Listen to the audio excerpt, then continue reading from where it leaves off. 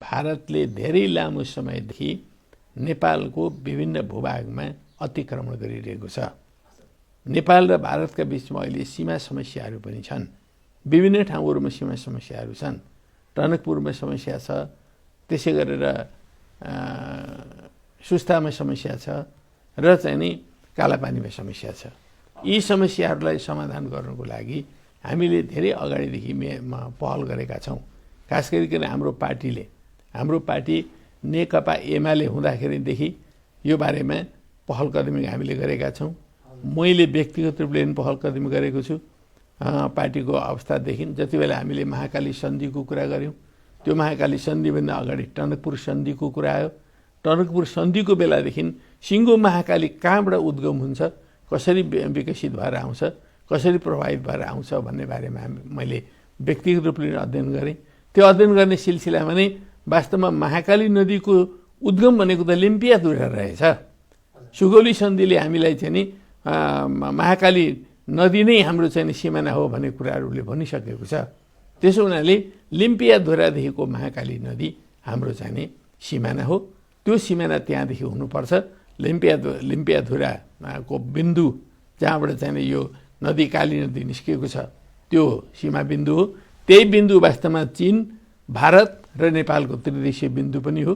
त्यो कुरालाई कायम राख्नुपर्छ र त्यहाँदेखि यताको चाहिँ लिपु, लेक, कालापानी यो सबै नेपालको क्षेत्र हो।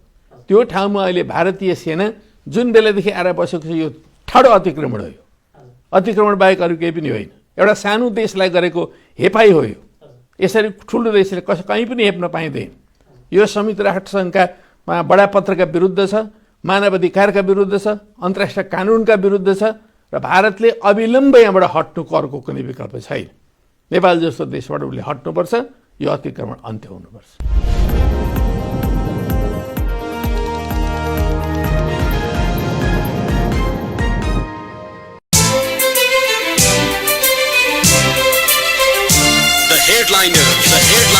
कार्यक्रम द हेडलाइनर्समा यहाँलाई स्वागत छ। मेरो नाम हो अनिल। समसामयिक विषयमा छलफल गर्ने यो कार्यक्रम तपाईँ साताको प्रत्येक दिन ठिकै समयमा सुन्दै आउनु भएको छ। कार्यक्रममा आज हामी सरकारले हिजो जारी गरेको मुलुकको नयाँ राजनीतिक र प्रशासनिक नक्सा, योसँगै भारतसँग उत्पन्न सीमा विवाद तथा समसामयिक विषयमा केन्द्रित भएर सत्तारूढ नेकपाका सचिवालय सदस्य एवं पूर्व प्रधानमन्त्री झलनाथ खनालसँग छलफल गर्दैछौँ। कार्यक्रम सुन्दै जाँदा आजका अतिथिसँग तपाईँलाई पनि कुनै प्रश्न वा जिज्ञासा राख्न मन लागेमा हाम्रो स्टुडियोको टेलिफोन नम्बर 55414905, टेलिफोन नम्बर पुनः एकपटक 55414905 मा राख्न सक्नुहुन्छ। सदाझै आज पनि दोहोऱ्याउँछु, कार्यक्रमको दौरानमा उठिसकेका प्रश्नलाई कृपया नटिपाउनुहोला।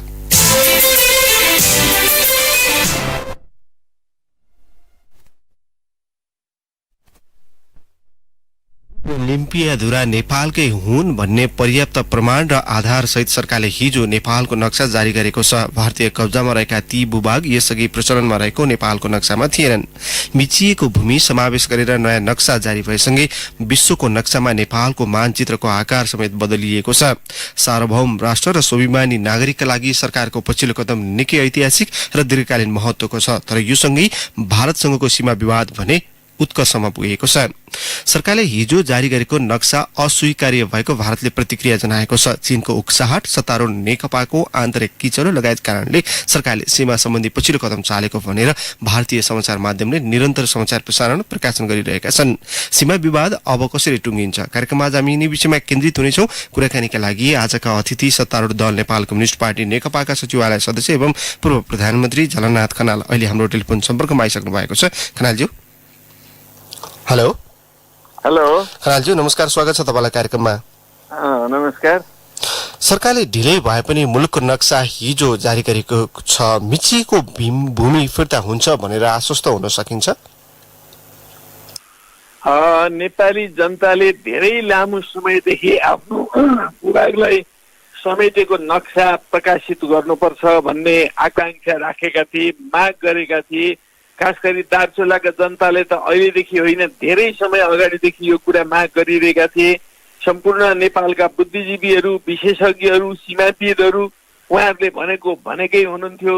हामीले पनि भर्खरै मातृ सम्पन्न नेकपाको केन्द्रीय कमिटीको दोस्रो बैठकले निर्णय नै गर्यो कि हाम्रो नक्सा तुरुन्त प्रकाशित गर्नुपर्छ भनेर निर्णय गर्यो। यस्ता घटनाक्रमहरूको बीचबाट अहिले सरकार जुन ठाउँमा आइपुगेको छ त्यो पनि खास गरिकन नीति र कार्यक्रम अगाडि सार्ने सिलसिलामा हाम्रो सचिवालयको अचानक बैठक बसेको थियो जेठ 2 गते। त्यो अचानक बसेको बैठकले कुनै पनि हालतले यसपटक सरकारले नीति कार्यक्रममा यो कुरा घोषणा गर्नुपर्छ, लिम्पियाधुरा, कालापानी, लिपुलेक सहित यो भूभाग नेपालको हो भनेर नेपालको नक्सा जारी गर्नुपर्छ भन्ने कुरा हामीले राखेपछि प्रधानमन्त्रीले त्यहीबाट फोन गरेर त्यो कार्यक्रम जहाँ तयार हुँदै थियो नीति कार्यक्रम त्यसमा चाहिँ यो सच्याउने कुरा भन्नुभयो र यसपटक यो नीति कार्यक्रममा पनि यो घोषणा हुन सक्यो। अनि त्यसको साथसाथै यो नेपालको नक्सामा पनि नेपालको चाहिँ भूभागलाई अङ्कित गरेर यसपटक ल्याउन सकियो।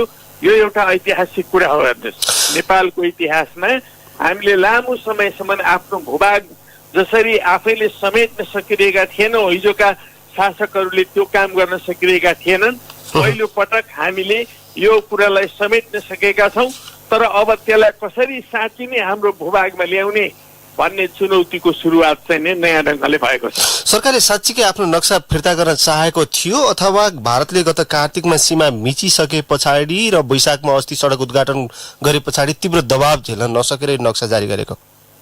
वास्तवमा भारतले नक्सा जारी गर्यो नोभेम्बरमा, त्यसले यो कुरालाई स्टिपुलेट गर्यो, यो वास्तवमा चाहिँ गरिनुपर्ने कुरा हो भन्ने कुरा ल्यायो। त्यसको साथसाथै उनीहरूले अस्ति बाटो उद्घाटन गरिसकेपछि त झनै ठुलो बाध्यता खडा भयो। तर वास्तवमा यस्तो अवस्था समिति लामो बाटो त्यति भिड पहरामा बनिरहेको बाटो बनुन्जेलसम्म पनि हाम्रो देशको सरकारलाई थाहा पत्तो नहुनु चाहिँ आश्चर्यजनक कुराकानी भयो। तर जेसुकै भए पनि अन्त्यमा आएर यसरी हामीले नक्सा प्रकाशित गर्ने कुरा र सिङ्गो राष्ट्रलाई एकताबद्ध बनाउने कुराहरू जुन हामीले अहिले गरेका छौँ, यो चाहिँ नेपाल राष्ट्रको इतिहासमा एउटा महत्त्वपूर्ण काम भएको छ। यो बीचमा कालापानीमा कति पानी बगे होलान्, सिंहदरबारमा कति सरकार परिवर्तन भए होलान्, तर अहिलेसम्ममा यो विषय यसरी चाहिँ नजरअन्दाज हुनु अथवा कतै कतै कुरै नसुनिनु, भारतले एकपक्षीय रूपमा चाहिँ सडक विस्तार गरिसकेपछि अथवा नयाँ नक्सा जारी गरे पछाडि मात्रै अहिले यति दबावका बीचमा मात्रै चाहिँ नयाँ नक्सा जारी गर्नुलाई कसरी लिने? यो निश्चय पनि एउटा गम्भीर प्रश्न हो। वास्तवमा नेपालमा लामो समयदेखि जुन प्रकारका शासकहरू रहे, अनेक निर्वाचित शासकहरू समेत पनि नेपालको सिंहदरबारमा पुगे, तर उनीहरूले जुन ढङ्गले नेपालको भूमिलाई ख्याल गर्नु पर्थ्यो, संविधानलाई ख्याल गर्नु पर्थ्यो, संविधानले जहिले पनि भन्छ नेपालको सम्पूर्ण भूभागको रक्षा गर्नुपर्छ भनेर, तर ती सरकारहरूले त्यो भूभागको रक्षा गर्ने कामहरू गरेनन्। त्यति मात्र होइन, 46 सालको परिवर्तनपछि पहिलो पटक म आफै त्यति बेला चाहिँ मन्त्री थिएँ र त्यति बेला टनकपुर काण्ड आयो। त्यो टनकपुर काण्ड आइसकेपछि नेपालको पश्चिमी सिमानाको बारेमा चाहिँ ध्यान दिनुपर्छ। हाम्रो महाकालीको स्रोत के हो, त्यो स्रोतसम्म नै हाम्रो सिमाना हो, किनभने सुगौली सन्धिले हाम्रो सिमाना चाहिँ नि त्यसैलाई भनेको छ भन्ने कुराहरू गर्ने कुराहरू जबरजस्त आउँदाखेरि पनि यो कुरा ख्याल हुन पुगेन। त्यति मात्र होइन अनिलजी, हामी अपोजिसन पार्टीमा भएको बेलामा हामीले भारतमा गएर वार्ता गरेका थियौँ। त्यति बेलाको सरकार नेपाली कङ्ग्रेसको सरकार थियो। पटक पटक हामीले भन्यौँ वास्तवमा हाम्रो सिमाना भनेको लिम्पियाधुरासम्म हो, त्यहाँसम्मको हामीले दाबी गर्नुपर्छ भनेर भन्यौँ। उहाँहरूको कानमा बतास लागेन। तर हामी आफै अपोजिसन पार्टीमा भएको बेलामा भारतको भ्रमण गरेका थियौँ। त्यति बेला अटल बिहारी वाजपेयी भारतको प्रधानमन्त्री हुनुहुन्थ्यो। उहाँसँग भेटेर हामीले भन्यौँ।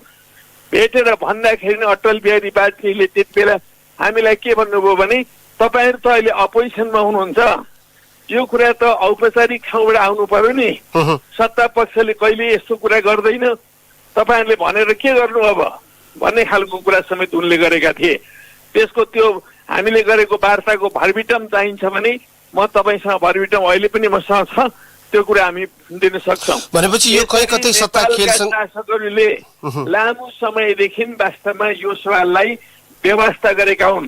आफ्नो राष्ट्रपतिको सम्पत्ति जोगाउनुमा व्यवस्था गर्ने कारणले समेत यस्तो भयो। भारतको अतिक्रमणकारी कुरा त छँदैछ, भारतको तर्फबाट धेरै लामो समयदेखि अतिक्रमण भएको छ। यो अतिक्रमण आफैमा एउटा चाहिँ नि निन्दनीय कुरा हो। तर तपाईहरु सत्तामा हुँदाखेरि चाहिँ यो विषय उठाउनु भएको दाबी गर्नु पर्थ्यो, त्यो दाबी गर्ने कुरामा नेपालको तर्फबाट पनि ठूलो कमजोरी रह्यो। तपाईहरु सत्तामा हुँदाखेरि यो विषय निरन्तर उठाउनु भयो कि उठाउनु भएन? खास गरी मैले जोड्न खोजेको चाहिँ यो कहीँ कतै प्राय जसो चाहिँ नेपालको राजनीति खास गरी सत्ता खेलसँग जोडिँदाखेरि पनि सधैँ यो विषय चाहिँ ओझेलमा पर्दै आयो भनेर सर्वसाधारणले लामो समयदेखि गुनासो गर्ने विषय नै यही हो। त्यसकारणले गर्दाखेरि अहिले अब जेसुकै हिसाबले भए पनि हामी एउटा सच्चाइमा पुगेका छौँ। नेपालको जुन भूमि हो अहिले भारतीय सञ्चार माध्यमहरू आदिहरूबाट चाहिँ चीनको उक्साहटमा यी सारा कुराहरू भएका छन् भन्ने खालको प्रचारहरू भइरहेको छ। त्यो खालको कुराहरू होइन। खनालजी त्यो विषयमा पनि हामी आउँछौँ। जस्तो अब भारतले हिजो नेपालको नक्सा जारी भइसके पछाडि यो नक्सालाई अस्वीकार्य भनेर तत्कालै टिप्पणी गरेको छ। अब विवादको समाधान कसरी हुन्छ? अब उहाँहरूले प्रकाशित गरेको नक्सालाई हामीले अस्वीकार गरेका छौँ। हामीले प्रकाशित गरेको नक्सालाई उहाँहरूले अस्वीकार गर्ने कुरा त्यो आएको छ। तर यसबारेमा टेबलमा बसेर छलफल गर्नुपर्छ।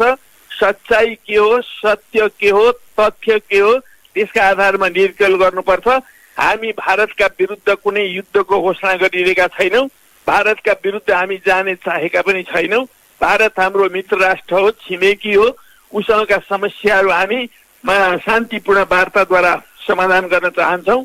नेपालको सिमाना लामो समयदेखि अतिक्रमित भएको यथार्थलाई भारत समक्ष हामी दृढतापूर्वक सम्पूर्ण तथ्यहरूका साथमा राख्न चाहन्छौँ। राखेर टेबलमा हामी वार्ता गर्न चाहन्छौँ।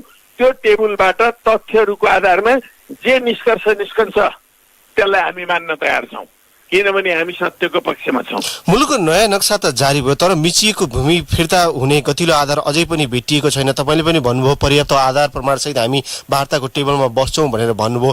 यदि यो गर्दाखेरि पनि भारतले यो सुनवाई गरेन अथवा नेपालको मिचिएको भूमि फिर्ता भएन भने चाहिँ के हुन्छ? होइन, यो त एउटा प्रोसेस हो। हामीले यति लामो समय हेर्नुहोस्, 50-60 वर्षसम्म यत्रो भूभाग गुम्यो। जुन भूभागमा हाम्रा चाहिँ गाउँहरू थिए, पहिला त्यहाँ प्रशासन थियो, त्यहाँ पुलिस चौकी थियो, त्यहाँ स्वास्थ्य चौकी थियो, र त्यहाँ चाहिँ जनगणना गरिएको थियो, त्यहाँ प्रशासन सञ्चालित भएको थियो। त्यस्तो भूभाग हाम्रो भूभाग थियो, तैपनि बीचबाट ओझेल परेर अर्को देशले चाहिँ अतिक्रमण गर्दाखेरि समेत हामीले थाहा पाउन सकेनौँ।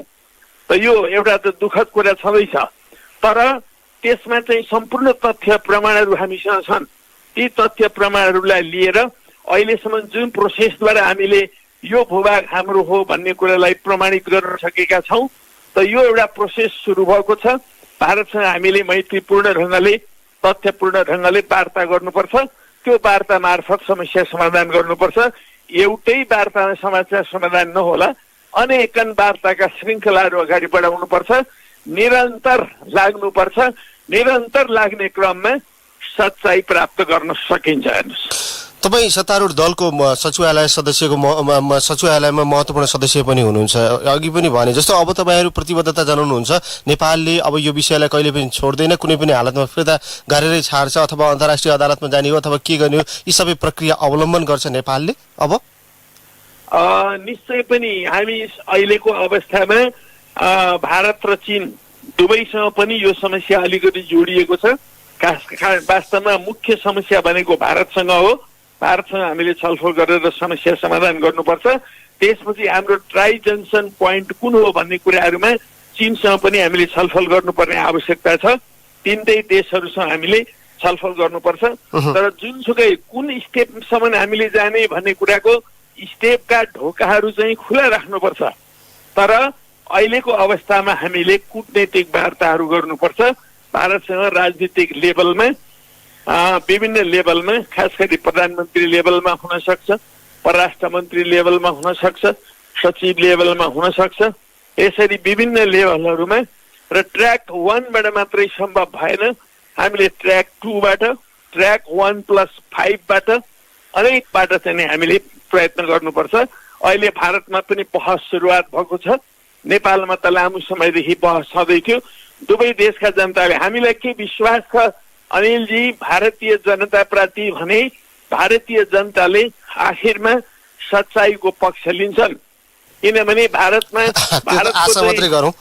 अहिले तत्काल त्यस्तो सम्भावना देखिएको छैन। जस्तो अब आफ्नो भूमि फिर्ता गर्नुपर्ने सबै उपायहरू जस्तो अन्तर्राष्ट्रियकरण गर्ने सम्मका सबै उपायहरू नेपालले अवलम्बन गर्छ, अब यो कुनै पनि हालतमा फर्किन सक्ने अवस्था छैन भनेर तपाईँ प्रतिबद्धता जनाउन सक्नुहुन्छ अहिले? अब कुनै पनि हालतले फर्किन सक्ने अवस्था छैन। हामी जुन कदमहरू चाल्दै अगाडि बढेका छौँ यो कदमहरू अब अन्तिम टुङ्गोमा नपुगिकन फर्कँदैनन्। चाहे सरकार फेरियोस्, सरकारमा अनेक नयाँ श्रृङ्खलाहरू आउन्, अनेक समय लागोस्, तर हाम्रो देशले यो पाइला जो चालेको छ यसमा तलमाथि गर्ने कुरा आउँदैन। दृढतापूर्वक जबसम्म हामी गन्तव्यमा पुग्दैनौँ हाम्रो भूभाग हाम्रो देशको उसमा समेटिन सक्दैन, त्यस बेलासम्म हाम्रो लडाइँ चाहिँ नै जारी रहन्छ।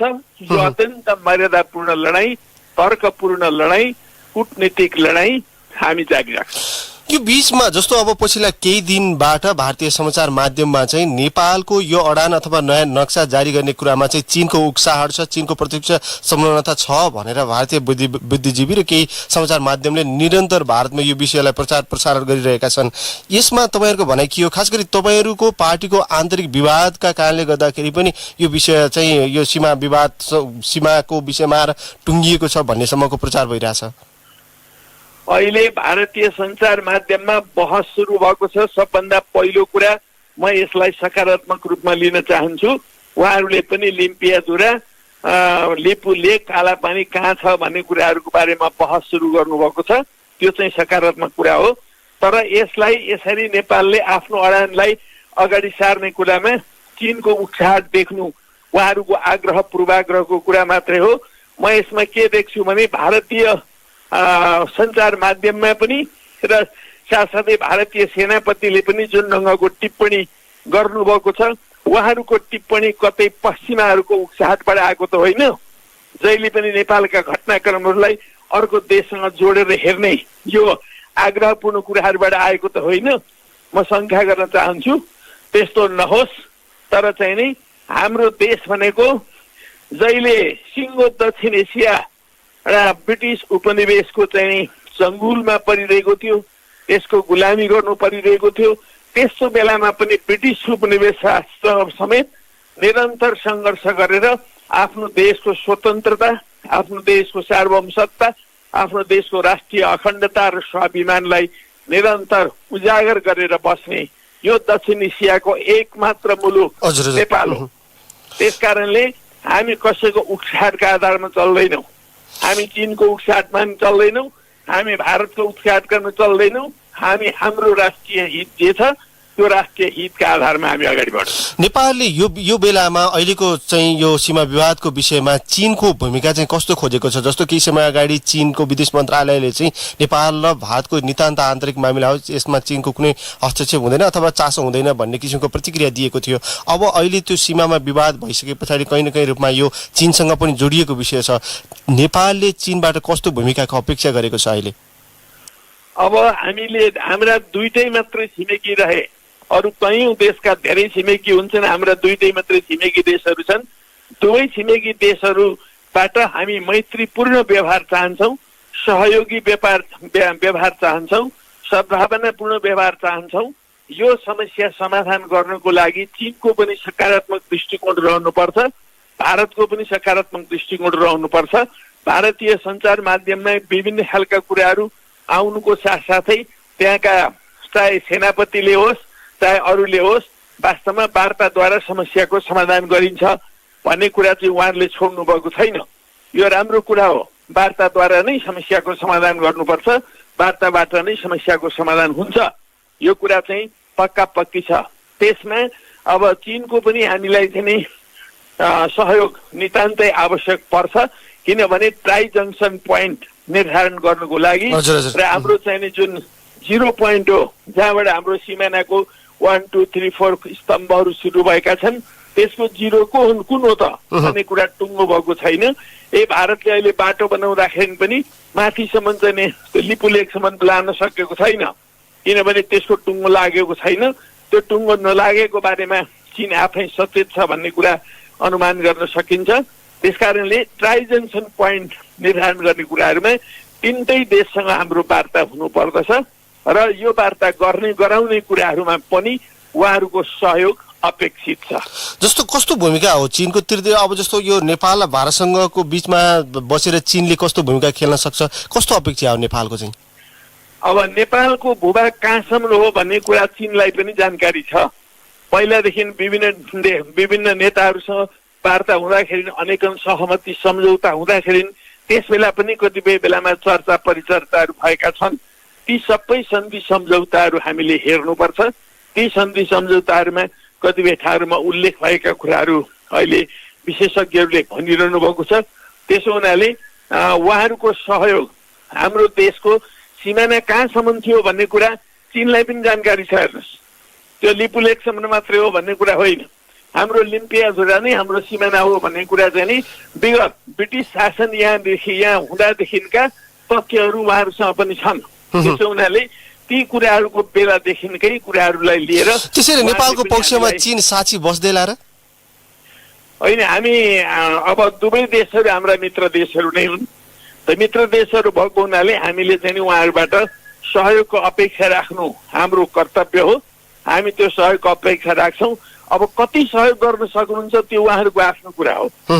तर नेपालले चाहिँ आफ्नो कुरा त्यो छोड्दैन। हेर्नुहोस् त्यो। हजुर हजुर, यहाँलाई केही बेर कार्यक्रममा रोक्नुपर्ने बेला भएको छ। अब हामी ब्रेकतर्फ जाँदैछौँ। ब्रेकपछि केही श्रोताका प्रश्नसहित हामी थप छलफल गर्नेछौँ। कृपया छोटो समयका लागि टेलिफोन सम्पर्कमा रहिदिनु हुन म यहाँलाई आग्रह गर्दछु। कार्यक्रममा अहिलेलाई छोटो ब्रेक।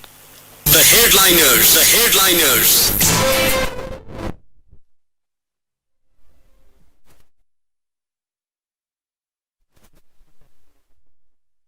हामीले सत्तारूढ दल नेपाल कम्युनिस्ट पार्टी नेकपाका सचिवालयका सदस्य एवं पूर्व प्रधानमन्त्री झलनाथ खनालसँग सरकारले हिजो जारी गरेको मुलुकको नयाँ राजनीतिक नक्सापछि उत्पन्न परिस्थितिका विषयमा केन्द्रित भएर छलफल गरिरहेका छौँ। खनालज्यू, हजुर, यहाँलाई पुनः स्वागत छ कार्यक्रममा।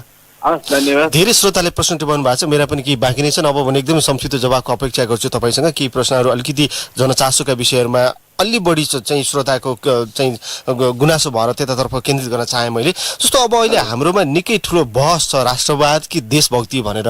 अहिले सीमाको विवादको सम्बन्धमा अझ बढी यो विषय उचालिएको छ। चाहिएको कुन चाहिँ हो, राष्ट्रवाद हो या देशभक्ति?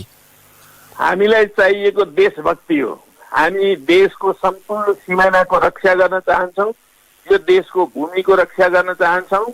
हामी यो देशका राष्ट्रिय सम्पत्तिहरूको रक्षा गर्न चाहन्छौँ। यो देशका सम्पूर्ण जनताको रक्षा गर्न चाहन्छौँ। हाम्रा भाषा संस्कृतिहरूको रक्षा गर्न चाहन्छौँ।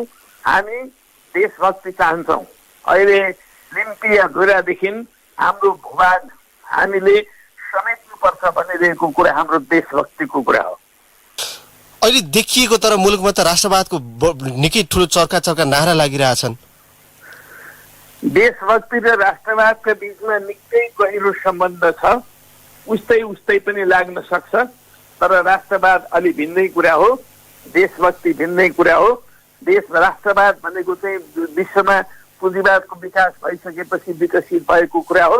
तर देशभक्ति भनेको जति बेलादेखि देशहरूको उदय भयो त्यस बेलादेखि नै देशभक्तिको भावना उदय भएको छ। जहिलेसम्म देशहरू रहन्छन्, देशप्रतिको माया जो हो त्यसलाई हामीले देशभक्ति भन्छौँ। यी विषयमा जस्तो अब भारतीय विस्तारवादको विषय भनेर जति नेपालमा अलिक विरोध भइरहेको हुन्छ, नेपालको सबै क्षेत्रमा भारतीय अधिपत्य छ। अहिलेसम्ममा 80% भन्दा बढी व्यापार घाटा भारतसँगै छ। नेपालीले बिहान उठेदेखि राति सुत्ने बेलासम्म प्रयोग गर्ने सबै सामानहरू भारतीय छन्। यो प्रश्न अलिकति लामो पनि छ। सामान्य क्लिन फिल्ड लागू गर्ने कुरामा पनि राष्ट्रिय राजनीति तरङ्गित हुन्छ। मुलुकको उदारवादको नाममा नेपाली उद्योग दिन प्रतिदिन धराशायी भइरहेको छ।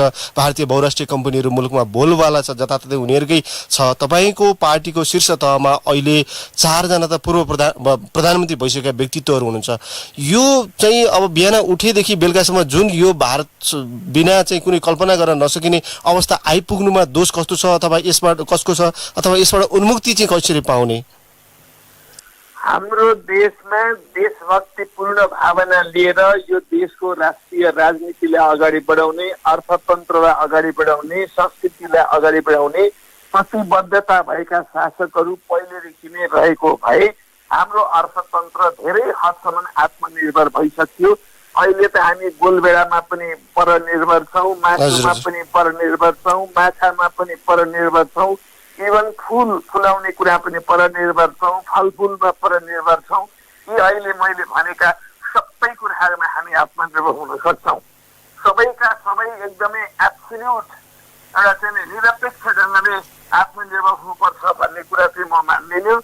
अहिलेको दुनियाँ ग्लोबलाइजेसनको दुनियाँ पनि हो, भूमण्डलीकरणको प्रक्रियाबाट पनि हामी अगाडि बढिरहेका छौँ। एकले अर्कालाई आपूर्ति गर्नुपर्ने हुन्छ, तर हामी धेरै कुराहरूमा आत्मनिर्भर भएर जान सक्ने सम्भावना हुँदै पनि हामीले त्यो ढङ्गका नीतिहरू लिन नसक्ने, कार्यक्रमहरू लिन नसक्ने, अन्तर्राष्ट्रिय सम्बन्धलाई त्यसरी निर्देशित गर्न नसक्ने कारणले गर्दाखेरि हामी बढीभन्दा बढी मात्रामा परनिर्भर हुन गएका छौँ। यसलाई सच्याउनु एकदम अनिवार्य छ। उदारवादको चरम नमुना चाहिँ हाम्रैमा प्रस्तुत भइरहेछ नि, होइन खनालज्यू? त्यो पनि हो। हामीले राज्यको भूमिका के हो, निजी क्षेत्रको भूमिका के हो, त्यो कुराको बारेमा ४० सालको परिवर्तनदेखि नै बहस सुरुवात गरेका छौँ। एउटा पार्टी त्यति बेलाको सत्तारूढ दल नेपाली कङ्ग्रेसले उदारवादको नाउँमा राज्यको भूमिकै नहुने, राज्य चाहिँ एउटा समन्वयकारी मात्रै हुने, सारा चिजहरू चाहिँ निजी क्षेत्रले गर्नुपर्ने भनेर नेपालका अत्यन्त महत्त्वपूर्ण उद्योग धन्दाहरू सारा बेच्ने काम गरेर हेर्नुहोस्। हामीले त्यति बेलादेखि पनि भनेका थियौँ राज्यको पनि भूमिका हुनुपर्छ, निजी क्षेत्रको पनि भूमिका हुनुपर्छ। सबै कुरा निजी क्षेत्र भन्यो भने अहिले कोरोनाको महामारी हेर्नुहोस् त, विश्वव्यापी रूपमा फैलिएको बेलामा राज्यको भूमिका नहुने हो भने कतिपय समाजहरू कोल्याप्स हुन्छ। त्यसकारण राज्यको भूमिका जहिले पनि हुन्छ, चाहे त्यो स्वास्थ्य क्षेत्र होस्, चाहे त्यो शिक्षा क्षेत्र होस्। हजुर, धेरै श्रोताको प्रश्न छ। अब म तपाईँलाई श्रोताको प्रश्नतर्फ लिएर जान चाहे। चुडामणि भट्टराईले मोरङबाट, उद्धव केसीले सिन्धुपाल्चोकबाट, लक्ष्मी पोखरेलले लखनपुर झापाबाट सोध्नु भएको छ। पहिले नक्सामा भएको लिम्पिया धुरा पछि नक्साबाट कसले हटायो, त्यो व्यक्तिलाई चाहिँ कारबाही हुनुपर्छ कि पर्दैन भनेर सोध्नु भएको छ उहाँहरूले। यो धेरै लामो कालदेखि चाहिँ यो ऐतिहासिक रूपले एउटा भुल भएको कुरा हो। लिम्पिया धुरामा सुरुमा खास गरिकन 18औं शताब्दी 19औं शताब्दीका नक्साहरूमा चाहिँ नि यो लिम्पिया धुरा सम्बन्धी रहेको नक्सा प्रकाशित भएको छ। तर 20 वटा त्यसमा गडबडी भयो। त्यो गडबडी भएको बेला राणा शासनकाल नै थियो। त्यस बेला त्यसलाई चाहिँ सच्याउने कामहरू भएन, कुरा उठाउने काम भएन। त्यस बेला रहेको कुरा हो। जहाँसम्म भारतले अहिले अतिक्रमण गरेको कुरा छ, त्यो अतिक्रमण गरेको कुरा चाहिँ 1952देखि खास गरिकन नेपालमा महात्मा प्रसाद कोइरालाको सरकार रहेको बेलादेखि हो। नेपालमा उत्तरी भूभागमा 17 वटा चेकपोस्ट राखेको बेलादेखि हो भन्ने कुराहरू छ। त्यसकारणले शासकहरूले विभिन्न बेलामा ठिक ढङ्गको भूमिका खेलेनन्।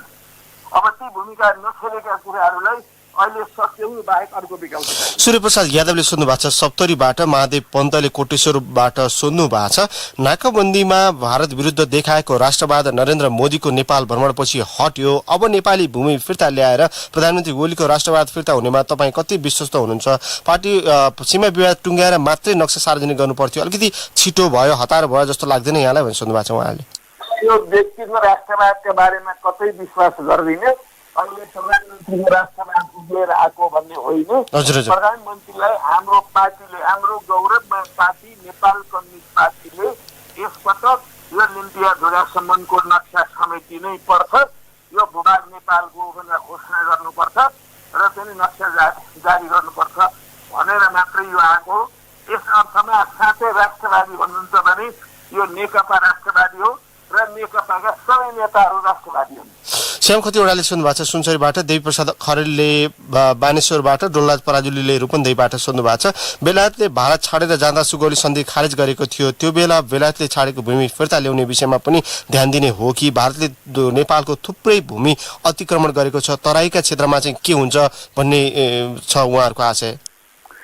अहिले हामी सुगौली सन्धिले निर्धारण गरेका भूभागहरूलाई पहिला रक्षा गरौँ, त्यसको साथसाथै अरू कुराहरू पनि उठाउन सकिने आधारहरू रहेछन् भने हामी ती कुराहरूको बारेमा पनि बहस गर्दै जाउँ। खनालज्यू कार्यक्रममा समय दिनुभयो, आफ्नो विचार राखिदिनु भयो, यहाँलाई धेरै धेरै धन्यवाद। हस्, तपाईँले पनि मलाई आज हजुर हवस् त आजका लागि कार्यक्रमको समय यही सकिएको छ। कार्यक्रममा आज हामीले सत्तारूढ दल नेपाल कम्युनिस्ट पार्टी नेकपाका सचिवालय सदस्य एवं पूर्व प्रधानमन्त्री झलनाथ खनालसँग सरकारले हिजो जारी गरेको मुलुकको नयाँ राजनीतिक नक्सापछि उत्पन्न परिस्थितिका विषयमा केन्द्रित भएर छलफल गर्यौं। फरक प्रसंग र अतिथि लिएर कार्यक्रममा भोलि हामी फेरि आउनेछौँ। आजको कार्यक्रमबाट न्युज डेस्कका सबै सहकर्मी सहित प्राविधिक साथी नवराज भण्डारी र सागर खड्का सहित म अनिल परियार बिदा माग्छु। नमस्कार। सूचना र मनोरञ्जनको संवाहक रेडियो राष्ट्रको रेडियो कान्तिपुर। दर्शक महानुभावहरू, होस्ट नेपाल इन्टरनेसनल बिग डिस्कोर्समा तपाईँ सबैलाई हार्दिक स्वागत छ। हामी यो कार्यक्रम जापानको टोकियोबाट प्रसारण गरिरहेका छौँ र कोभिड-19 र त्यसै गरी सीमाको विषय, यो दुईटा विषय अहिले नेपालका लागि सबैभन्दा ठुलो चुनौतीको विषय बनेको छ। लिपुलेक, कालापानी, लिम्पुअधुरा सहितको नयाँ नक्सा अहिले सरकारले क्याबिनेटबाट पास गरेर सार्वजनिक पनि गरिसकेको छ र यो विषयमा भारतीय मिडिया त्यसै गरी भारतमा एउटा किसिमको छुट्टै उथलपुथल नै ल्याइदिएको छ र हामी यही विषयमा केन्द्रित भएर कुराकानी गर्नेछौँ। हामीसँग आज नेपालकै पूर्व प्रधानमन्त्री र त्यसै गरी नेकपाका वरिष्ठ नेता झलनाथ खनालज्यू उपस्थित भइसक्नु भएको छ। सर, तपाईँलाई कार्यक्रममा स्वागत छ। नमस्कार। धन्यवाद। हजुर, र अहिले कोभिड-19 र त्यसै गरी यो सीमा दुईवटा कुराले चाहिँ हामीलाई अट्याक गर्यो नि पूर्व प्रधानमन्त्रीज्यू। खासमा त यो बेला छिमेकीले बुझ्नुपर्ने हो, भारतले, होइन र? निसन्देह नै जति जति बेला मानव जाति सङ्कटको अवस्थाबाट गुज्रिरहेको हुन्छ त्यस्तो बेलामा राष्ट्रहरूका बीचमा सहमति, सद्भावना, मैत्री, सहयोग जस्ता चिजहरूको आवश्यकता पर्छ। तर जति बेला हामी सङ्कटको बेलाबाट गुज्रिरहेका हुन्छौँ त्यति बेला हाम्रा छिमेकीहरूबाट चाहिँ नि अलिक असहज ढङ्गका क्रियाकलापहरू हुनु भनेको राम्रो कुरा होइन।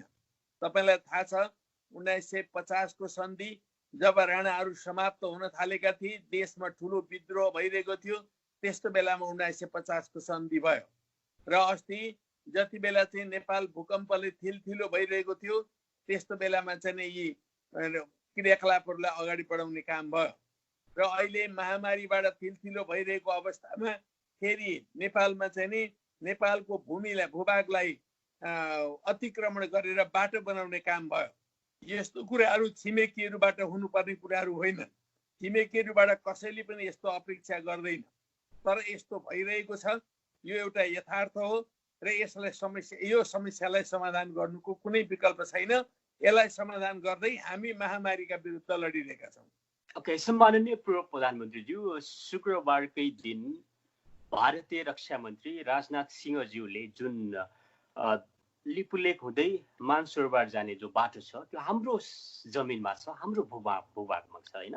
भारतबाट त्यो एउटा किसिमको अनलाइन थ्रुबाट त्यसको उद्घाटन पनि गरियो। यो त नेपालको स्वाभिमानमाथि प्रहार होइन? निश्चय पनि। हाम्रो देशको सिमाना भनेको खास गरी पश्चिमोत्तरको सिमाना सुगौली सन्धिद्वारा निर्धारित हुन्छ। 1816 मा ब्रिटिस इन्डियासँग नेपालको त्यति बेला भएको 2 वर्षको लामो युद्धपछि हामीले सुगौली सन्धि गरेका थियौँ। त्यो सुगौली सन्धिको धारा 5 ले स्पष्ट रूपले नेपालको भूभागमा महाकाली नदी भन्दा पूर्वपट्टि रहेको कुराहरूलाई स्पष्ट पार्छ र त्यो महाकाली नदी वास्तवमा लिम्पिया धुराबाट निस्किएको छ। लिम्पिया धुरा भन्दा पूर्वपट्टिको चाहे नापी, गुन्जी, गर्ब्याङ भन्ने गाउँहरू हुन्। पहिला गाउँ बस्तीहरू त्यहाँ बसेका थिए। कालापानी क्षेत्र भन्नुहोस्, लिपु क्षेत्र भन्नुहोस्, यो सबै त्यसको पूर्वपट्टि पर्ने नेपालका अखण्ड भूभागहरू हुन्। त्यसमाथि नेपालको सार्वभौम सत्ता छ। त्यो सार्वभौम सत्तामाथि अतिक्रमण भएको छ अहिले भारतबाट र त्यसमाथि नेपाललाई सोध्दै नसोधिकन त्यस्तो ढङ्गका जुन क्रियाकलापहरू छिमेकीहरूबाट भएका छन् यो अतिक्रमण हो। वास्तवमा यो निन्दनीय कुरा हो। यो चाहिँ नि कसैले पनि यसलाई समर्थन गर्न सक्दैन। भारतले यस्ता कुराहरूलाई तुरुन्त बन्द गर्न र यसलाई सच्याउनको लागि हामी आग्रह गर्छौँ। ओके, अहिले जुन हामीले लिम्पुअधुरा, लिपुलेक र कालापानी तीनवटै भूभाग समावेश गरेर नक्सा सार्वजनिक गरेका छौँ, होइन? अफिसियल्ली ठिक छ। यो हामीले यो 2046 सालभन्दा अगाडि वास्तवमा लिम्पियाधुरा के हो, कालापानी के हो, हामीलाई त्यति धेरै जानकारी थिएन। खास गरिकन हामी नवयुवा राजनीतिज्ञहरूलाई त्यसबारेमा बिल्कुलै जानकारी थिएन। तर 46 सालको परिवर्तन पछाडि म अन्तरिम सरकारमा मन्त्री भएँ। त्यो बेलामा टनकपुरको काण्ड आइलाग्यो। त्यो टनकपुरको काण्ड आइलागेपछि टनकपुरमा भारतले मिचेर जुन हाम्रो भूभागमा चाहिँ लेफ्ट एफ्लक्स ब्रन्ड बनाउन कोसिस गर्यो, त्यस पछाडि वास्तवमा समस्या खडा भएर मैले महाकालीको बारेमा गम्भीर रूपले अध्ययन गरेँ। त्यो अध्ययन गर्ने सिलसिलामा महाकाली नदी कहाँदेखि कहाँसम्म छ भनेर यसको स्रोत खोज्दै जाँदा लिम्पियाधुरासम्म रहेछ। त्यसकारणले लिम्पियाधुरासम्म नै हाम्रो सीमा बिन्दु हो, हाम्रो ट्राई जङ्सन पोइन्ट हो। त्यहाँदेखि यताका सम्पूर्ण भूभागहरू नेपालका हुन् भनेर हामीले भन्दै आयौँ। तर यी कुरालाई नक्सामा अङ्कित गर्न सकिएको थिएन। नेपाली जनताले लामो समयदेखि यो माग गर्दै आए। हाम्रो पार्टी गौरवमय पार्टी नेकपाले यो कुरा माग गर्दै आयो। तपाईँलाई थाहा छ, अलिक केही समय अगाडि हाम्रो पार्टीको केन्द्रीय कमिटीको बैठकले तुरन्त नक्सा जारी गर, लिम्पियाधुरासम्म हाम्रो भूभाग हो भन्ने कुरा घोषणा गर भन्ने कुरा निर्णय गरेको थियो। त्यो निर्णयको साथसाथै देशका बुद्धिजीवी विशेषज्ञहरूले पनि माग गरिरहेका थिए, संसदको समितिले पनि माग गरिरहेको थियो। त्यसको साथसाथै हामी ज्येष्ठ 2 गते बसेको सचिवालयको बैठकमा हामी 4-5 जना साथीहरूले, कमरेड प्रचण्डले, कमरेड झलनाथ खनालले, कमरेड माधव कुमार नेपालले, कमरेड वामदेव गौतमले, कमरेड नारायण काजी श्रेष्ठले सामूहिक रूपले यो भूभागलाई नेपालको अङ्कित गरिनुपर्छ र नयाँ नक्सा जारी गर्नुपर्छ भनेर हामीले आवाज उठायौँ, हामीले प्रस्ताव गर्यौँ। त्यो कुरालाई प्रधानमन्त्रीले मान्नुभयो र प्रधानमन्त्रीले त्यहीँबाट फोन गरेर आफूले बनाइरहेको नीति कार्यक्रममा यो कुरा समावेश गर्न भन्नुभयो। त्यस पछाडि बल्ल यो नक्सा प्रकाशित भएको छ। त्यसकारणले यो नक्सा प्रकाशित गर्ने कुराहरूमा सम्पूर्ण नेपाली जनताको भावना प्रतिबिम्बित भएको छ, नेकपाको भावना प्रतिबिम्बित भएको छ। नेकपाले यसमा महत्त्वपूर्ण भूमिका निर्वाह गरेको छ। ओके, सम्माननीय पूर्व प्रधानमन्त्रीज्यू, जस्तो 2019मा भारतले पोलिटिकल म्याप सार्वजनिक गर्यो, राइट? र त्यसपछि पटक पटक हाम्रो दुई देश बीचको सचिव स्तरीय मिटिङ पनि भयो र भारतले आधिकारिक कुनै पनि रेस्पोन्स दिएन र त्यो बेला हामीले विरोध गर्यौँ, होइन? ठिक छ।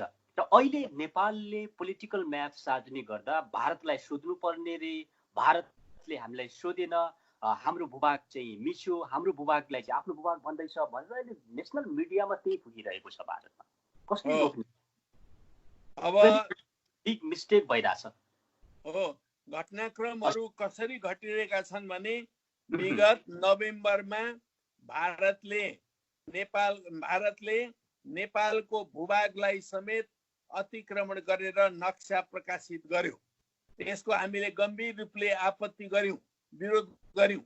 यो नेपालको भूभागलाई भारतले यसरी गाभ्नु हुँदैन भनेर। तर अहिले हामीले जुन नक्सा प्रकाशित गरेका छौँ, हाम्रो भूभाग, हाम्रो अखण्ड भूभाग, हाम्रो अविच्छिन्न भूभागलाई समेटेर हामीले गरेका छौँ। भारतको भूभागलाई हामीले 1 इन्च पनि छोएका छैनौँ। हामीलाई भारतको 1 इन्च भूमि पनि चाहिएको छैन, अरू कसैको भूमि पनि चाहिएको छैन। तर सन्धि र विभिन्न सम्झौताहरूले, ऐतिहासिक तथ्यहरूले प्रष्ट पारेको नेपालको भूभाग हामी छोड्नेवाला छैनौँ। हामी 1 इन्च भूभाग पनि तलमाथि पर्न दिँदैनौँ। त्यसको निम्ति हामी दृढ प्रतिज्ञाका साथ लड्दैछौँ, लडिरहनेछौँ र नेपालको राष्ट्रिय हितमा हामी निरन्तर काममा लागिरहनेछौँ। ओके, जलनाथ खनालज्यू, यो म प्रश्न एउटा अर्को तेर्साउँदैछु। त्यो प्रश्नको जिम्मेवार व्यक्तित्व तपाईँ पनि हुनुहुन्छ, किनभने बीचमा तपाईँ पनि प्रधानमन्त्री हुनुभयो। 2005मा यो जुन रोड कन्स्ट्रक्सनको योजना भारतले सार्यो, राइट? र त्यसपछि 2008, 14 हुँदै 20मा त उद्घाटनै गयो भव्यताका साथ। बीचमा थाहा थिएन पूर्व प्रधानमन्त्रीज्यू, तपाईँ आफै पनि देशको नेतृत्व गरिसक्नु भएको व्यक्तित्व, त्यो बेला निश्चय पनि यो बीचमा कतिपय, जस्तो म जति बेला प्रधानमन्त्री भएँ, मेरा सामु 2टा एजेन्डा प्रमुख थिए त्यति बेला। नेपाल एकदमै अस्थिर भएर अगाडि बढिरहेको थियो, तर दुईटा एजेन्डा थिए, एउटा शान्ति प्रक्रियालाई स्थापित गर्ने र दोस्रो संविधान बनाउने। हामी अत्यन्त संवेदनशील क्षणबाट गुज्रिरहेका थियौँ।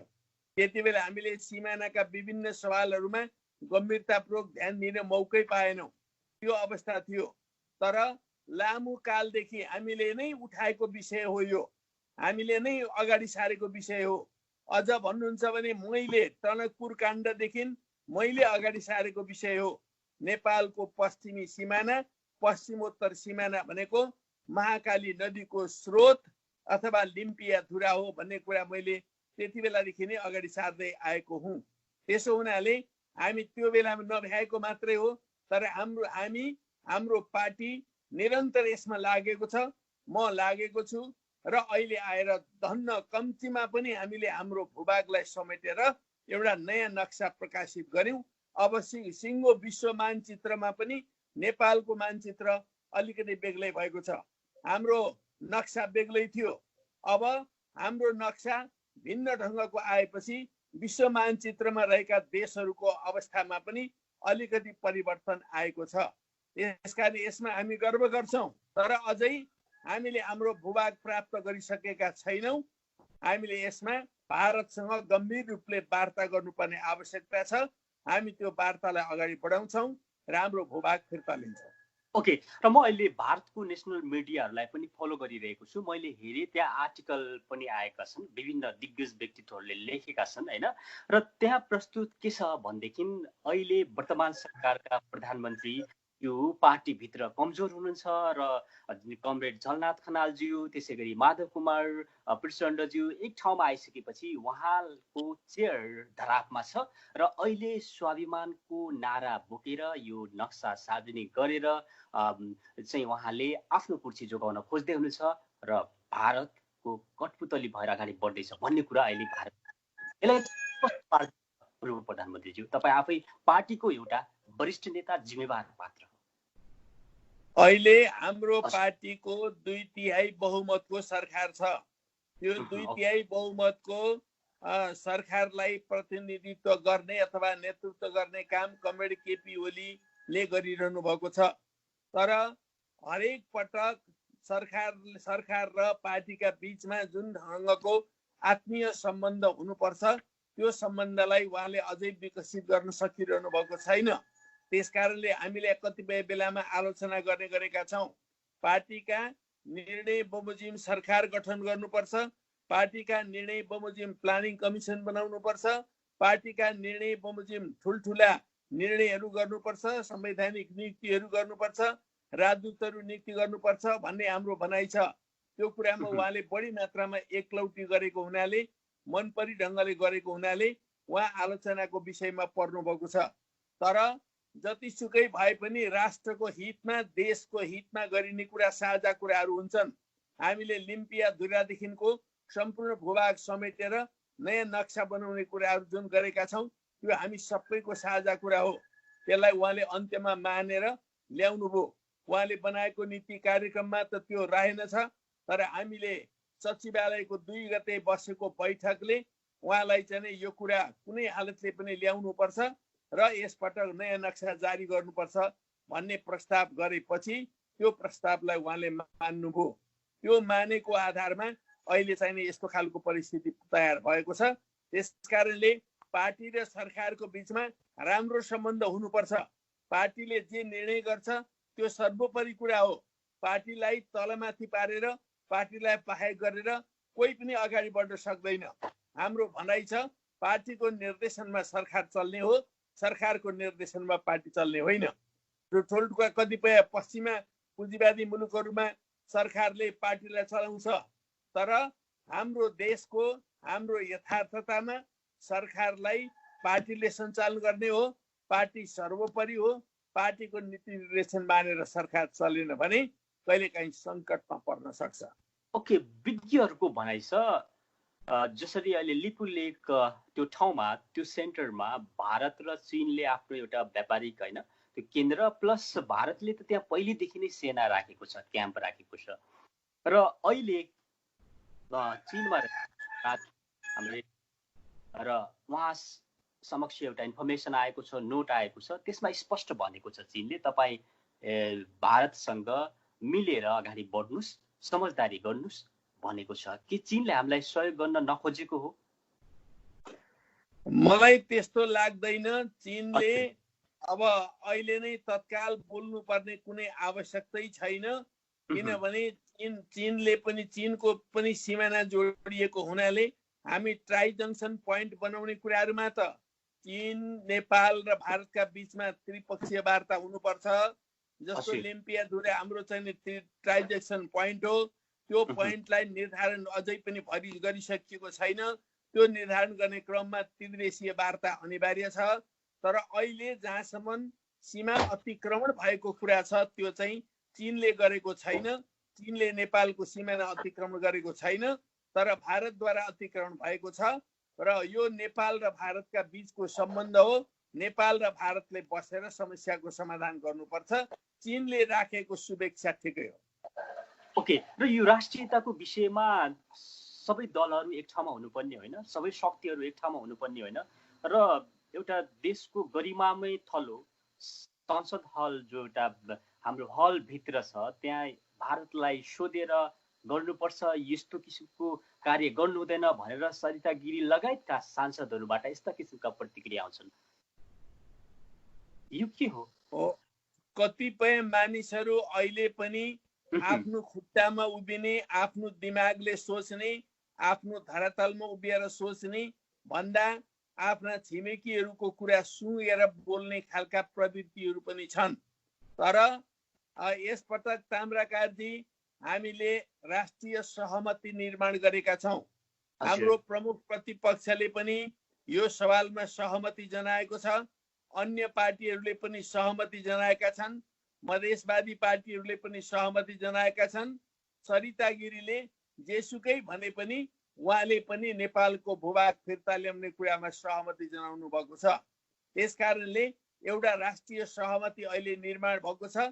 यसलाई हामीले ठुलो पुँजीका रूपमा लिएका छौँ, सम्पत्तिका रूपमा लिएका छौँ। यो सम्पत्तिलाई जोगाएर राष्ट्रलाई एकताबद्ध बनाएर हामी हाम्रा भूभागहरू फिर्ता गराउने र हाम्रो स्वाभिमानलाई रक्षा गर्ने कामहरूमा हामी दृढतापूर्वक लाग्छौँ।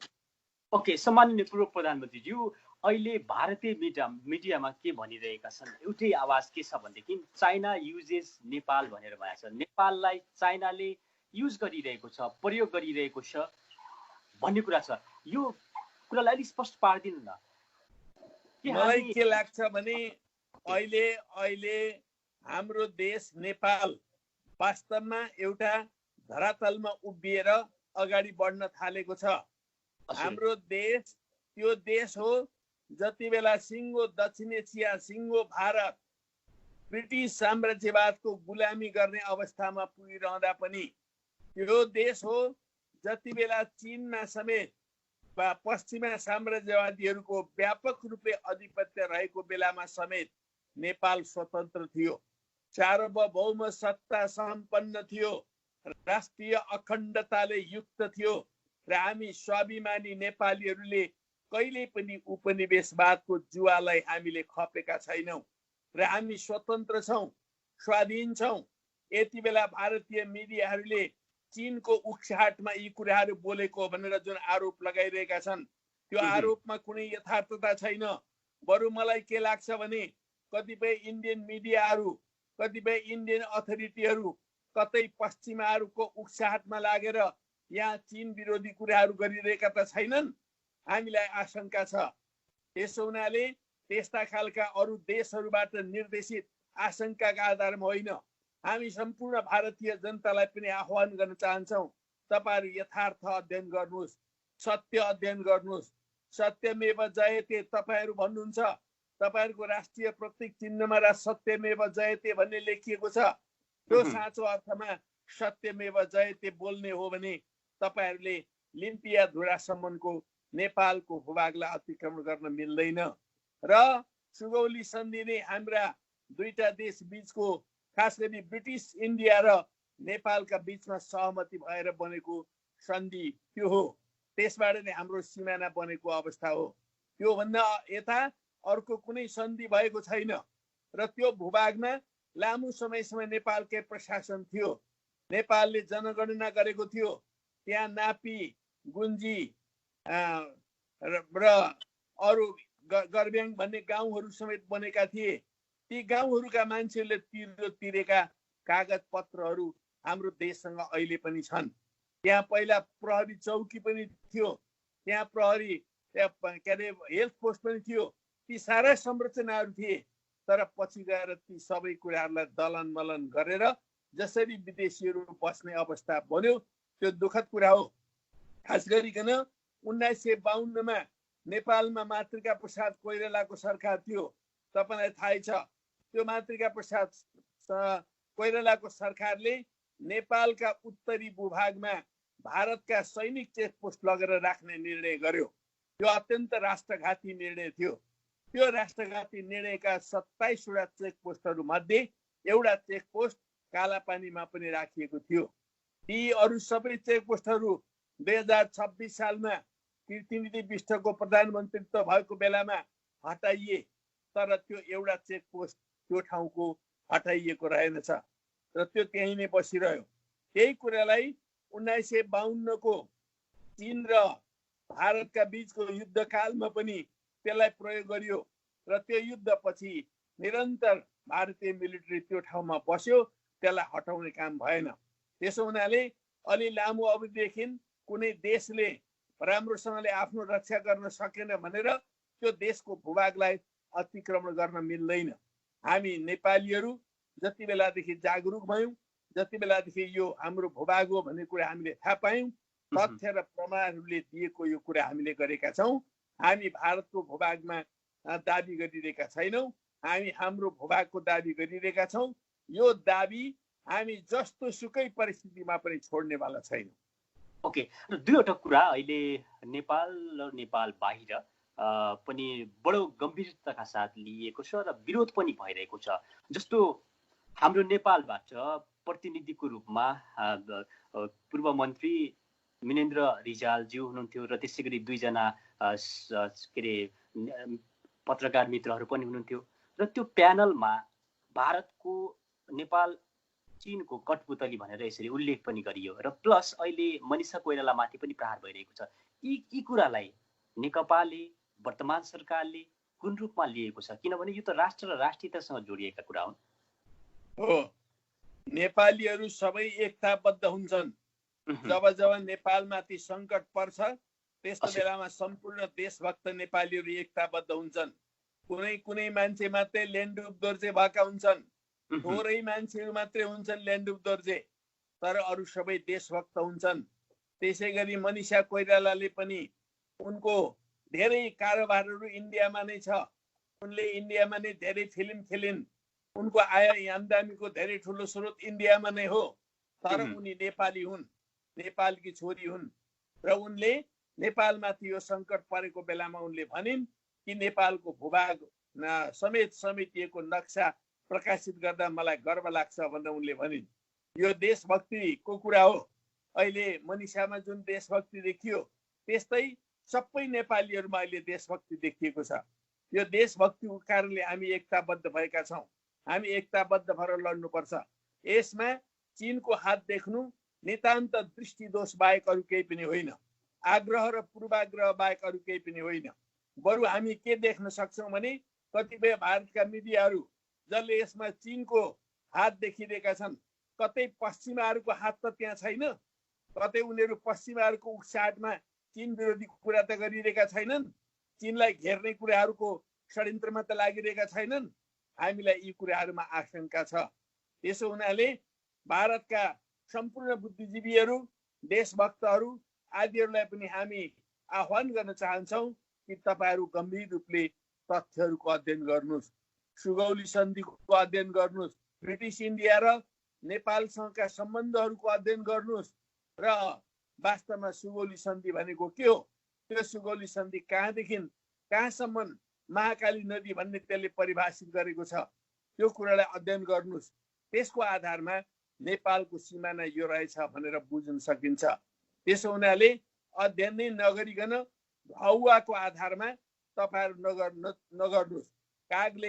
कान लग्यो भन्दा कागका पछाडि दौडने होइन, कान छाम्नुहोस् अनि मात्रै यथार्थमा हामी उभिएर बोल्न सक्छौँ। ओके, अहिलेको जुन सार्वजनिक गरिएको नीति तथा कार्यक्रम छ यो माथि पनि शङ्का जाहेर गर्नुभएको छ तपाईँ लगायत प्रचण्डज्यूहरूले, के कार्यान्वयन हुनै सक्दैन भनेर भन्न खोज्नु भएको हो? किनकि त्यो भित्र फेरि यो सिमानाको कुरा पनि छ, किनभने म्याप सार्वजनिक गर्ने कुरा भइसक्यो, कार्यान्वयन भयो, ओके, अब जमिनै फिर्ता लिनुपर्छ, हाम्रो भूभागै फिर्ता लिनुपर्छ भन्ने किसिमको पनि छ नि त त्यो त्यसमा चाहिँ नीति तथा कार्यक्रममा। नीति र कार्यक्रममा हामीले जे भनेका थियौँ हाम्रो भूभागको बारेमा र हाम्रो नक्साको बारेमा त्यही कुरो आएको छ। त्यसकारणले नीति र कार्यक्रममा आएको यो कुरालाई हामी दृढतापूर्वक समर्थन गर्छौँ। नीति र कार्यक्रममा आएका सबै कुराहरूमा हामीले कतिपय कुराहरूमा विश्लेषण गर्नुपर्ने हुन सक्छ, विचार विमर्श गर्नुपर्ने हुन सक्छ, कतिपय ठिक कतिपय बेठिक कुराहरू पनि हुन सक्छन्। तर चाहिँ आम रूपमा यो नीति कार्यक्रम ठिक छ। नीति कार्यक्रमले खास गरिकन हाम्रो देशको भूभागको सम्बन्धमा र नक्सा प्रकाशित गर्ने सम्बन्धमा जुन ढङ्गको पहल कदमी लियो र जे विचारहरू अगाडि सार्यो ती कुराहरू ठिक छन्। त्यसले देशलाई खुसी बनाएको छ, मुलुकलाई खुसी बनाएको छ, नेपाली जनतालाई खुसी बनाएको छ। ओके, पूर्व प्रधानमन्त्रीज्यू, पार्टीभित्रको विवाद अन्त्य भएको हो अब? पार्टीभित्रको विवाद अन्त्य होइन। हाम्रो पार्टी एउटा चाहिँ अत्यन्त समुन्नत पार्टी हो र यो समुन्नत पार्टीले विचारको क्षेत्रमा, दर्शनको क्षेत्रमा, नीतिको क्षेत्रमा, सिद्धान्तको क्षेत्रमा, कार्यदिशाको क्षेत्रमा कसरी समाजवादमा जाने, अब हामी समाजवादको बाटोतर्फ जान कोसिस गरिरहेका छौँ। तर समाजवादमा जाने बाटो के हो, त्यो बाटोको सन्दर्भमा, त्यसका रणनीतिको सन्दर्भमा, त्यसका नीतिका सन्दर्भमा हामी व्यापक रूपले बहस गर्छौँ। पार्टीभित्र अन्तरसङ्घर्षहरू चल्छन्, अन्तरसङ्घर्ष, अन्तर्बहस, अन्तरसंवाद यी कुराहरू हाम्रो पार्टीमा चलिरहेका छन्। यो पार्टी एउटा गतिशील पार्टी हो। चुपचाप एउटा नेताले जे भन्छ त्यही कुरा गर्ने पार्टी भनेको बुर्जुवा पार्टीहरू हुन्। तर कम्युनिस्ट पार्टी गतिशील र विचारवान पार्टी भएको हुनाले स्वाभाविकले हाम्रो बिचमा बहसहरू चलिरहन्छ। अहिले पनि हामी बहसमा छौँ, छलफलमा छौँ। कमरेड केपी ओलीले जे भन्नुहुन्छ त्यही कुरा सबैले मान्छन् भन्ने छैन। कमरेड केपी ओली एउटा नेता मात्रै हो। हाम्रो केन्द्रीय कमिटीमा दर्जनौं सयौं नेताहरू छन्। हाम्रो स्थायी समितिमा त्यस्तै नेताहरू छन् र हाम्रो चाहिँ नि सचिवालयमा पनि हामी 9 जना छौँ। त्यसो हुनाले सामूहिक नेतृत्वका आधारमा चल्नुपर्छ। एउटा व्यक्तिको आधारमा चल्ने कुरा त हिजोको राजतन्त्रको कुरा हो। राजतन्त्रात्मक युगमा एउटा व्यक्तिको आधारमा चलिन्थ्यो। तर अहिलेको युग लोकतान्त्रिक गणतन्त्रको युग हो। यो युगमा सामूहिक ढङ्गले चलिन्छ, सामूहिक नेतृत्वका आधारमा अगाडि बढिन्छ। हामी सबैको भूमिका र योगदानका आधारमा देश अगाडि बढ्छ। ओके, संसदमा प्रधानमन्त्रीज्यूले अहिले बाहिरबाट हामीहरू ल्याउन सक्दैनौँ, हामीसँग त्यो ठुलो क्षमता छैन भन्ने किसिमको चाहिँ भाव दर्शिन्छ, त्यहाँ देखिन्छ। र युवाहरू एकदम तनावमा छन्, अल्पत्र अवस्थामा छन् र भारतबाट धेरै म्यासेजहरू कस्तो पनि आइरहेको छ भने नेपालबाट जसरी आक्रामक रूपले प्रस्तुत भइरहनु भएको छ यो सिमानाको विषयमा, त्यति नै हामीलाई पनि यहाँ डर भइरहेछ। हामी नेपाल जान चाहन्छौँ भन्नेहरूको ठुलो जमात छ। तत्काल ल्याउन सकिँदैन? पूर्व प्रधानमन्त्री अहिले कोरोनाको जुन समस्या देखा परेको छ, नेपाल पनि आक्रान्त छ, भारत पनि आक्रान्त छ, भारतीय जनता पनि आक्रान्त छन्। यस्तो अवस्थामा कुनै पनि देशमा अलपत्रमा परेका मान्छेहरूलाई, दैनिक ज्यालादारी गर्ने श्रमिकहरूलाई हामीले सेवा गर्नुपर्ने हुन्छ। कुनै पनि राज्यले सेवा गर्नुपर्ने हुन्छ। भारतबाट होस् अथवा अन्य देशबाट होस्, विभिन्न नेपालीहरू जो काम गरिरहनु भएको छ उहाँहरू त्यो देशमा सङ्कटमा परेर, अप्ठ्यारोमा परेर नेपालतिर फर्किन चाहनुहुन्छ भने नेपालले व्यवस्थित रूपले ती मान्छेहरूलाई ल्याउनु पर्छ। त्यस्तो योजना बनाउनु पर्छ। हामीले सरकारलाई पनि त्यही कुरा भनिरहेका छौँ। सरकारले पनि त्यो कुरा गर्न बाध्य हुन्छ र यसरी ल्याउने कुराहरूमा कुनै आपत्तिको कुरा छैन। तर अहिले कस्तो अवस्था छ भने नेपाल र भारतको सिमाना खुला छ। यो खुला सिमाना भएको हुनाले कतिपय नेपालीहरूलाई उताबाट ट्रेनबाट ल्याएर चाहिँ नि बोर्डरमा छोडिदिने अनि बोर्डरबाट अव्यवस्थित रूपमा नेपालमा प्रवेश गर्ने कुराले नेपालमा कोरोना फैलिरहेको छ र उनीहरूलाई क्वारेन्टाइनमा राखेर जाँचबुझ गरेर टेस्ट गरेर मात्रै ल्याउनु पर्ने अवस्था हो। तर त्यसो गरेर ल्याउन सकिएको छैन, किनभने ठुलो सङ्ख्यामा आउने, लुकीछिपी पनि आउने, अनि हाम्रो चाहिँ सिस्टमले नभ्याउने त्यस्तो खालको अवस्था भइरहेको छ र यसलाई व्यवस्थित रूपले आउने मान्छेहरूलाई आउन दिने, तर व्यवस्थित रूपले एउटा समय लाग्न सक्छ, त्यो समय लगाएर भए पनि लिएर आउने खालको कुराहरू चाहिँ मिलाउन हामी कोसिस गरिरहेका छौँ।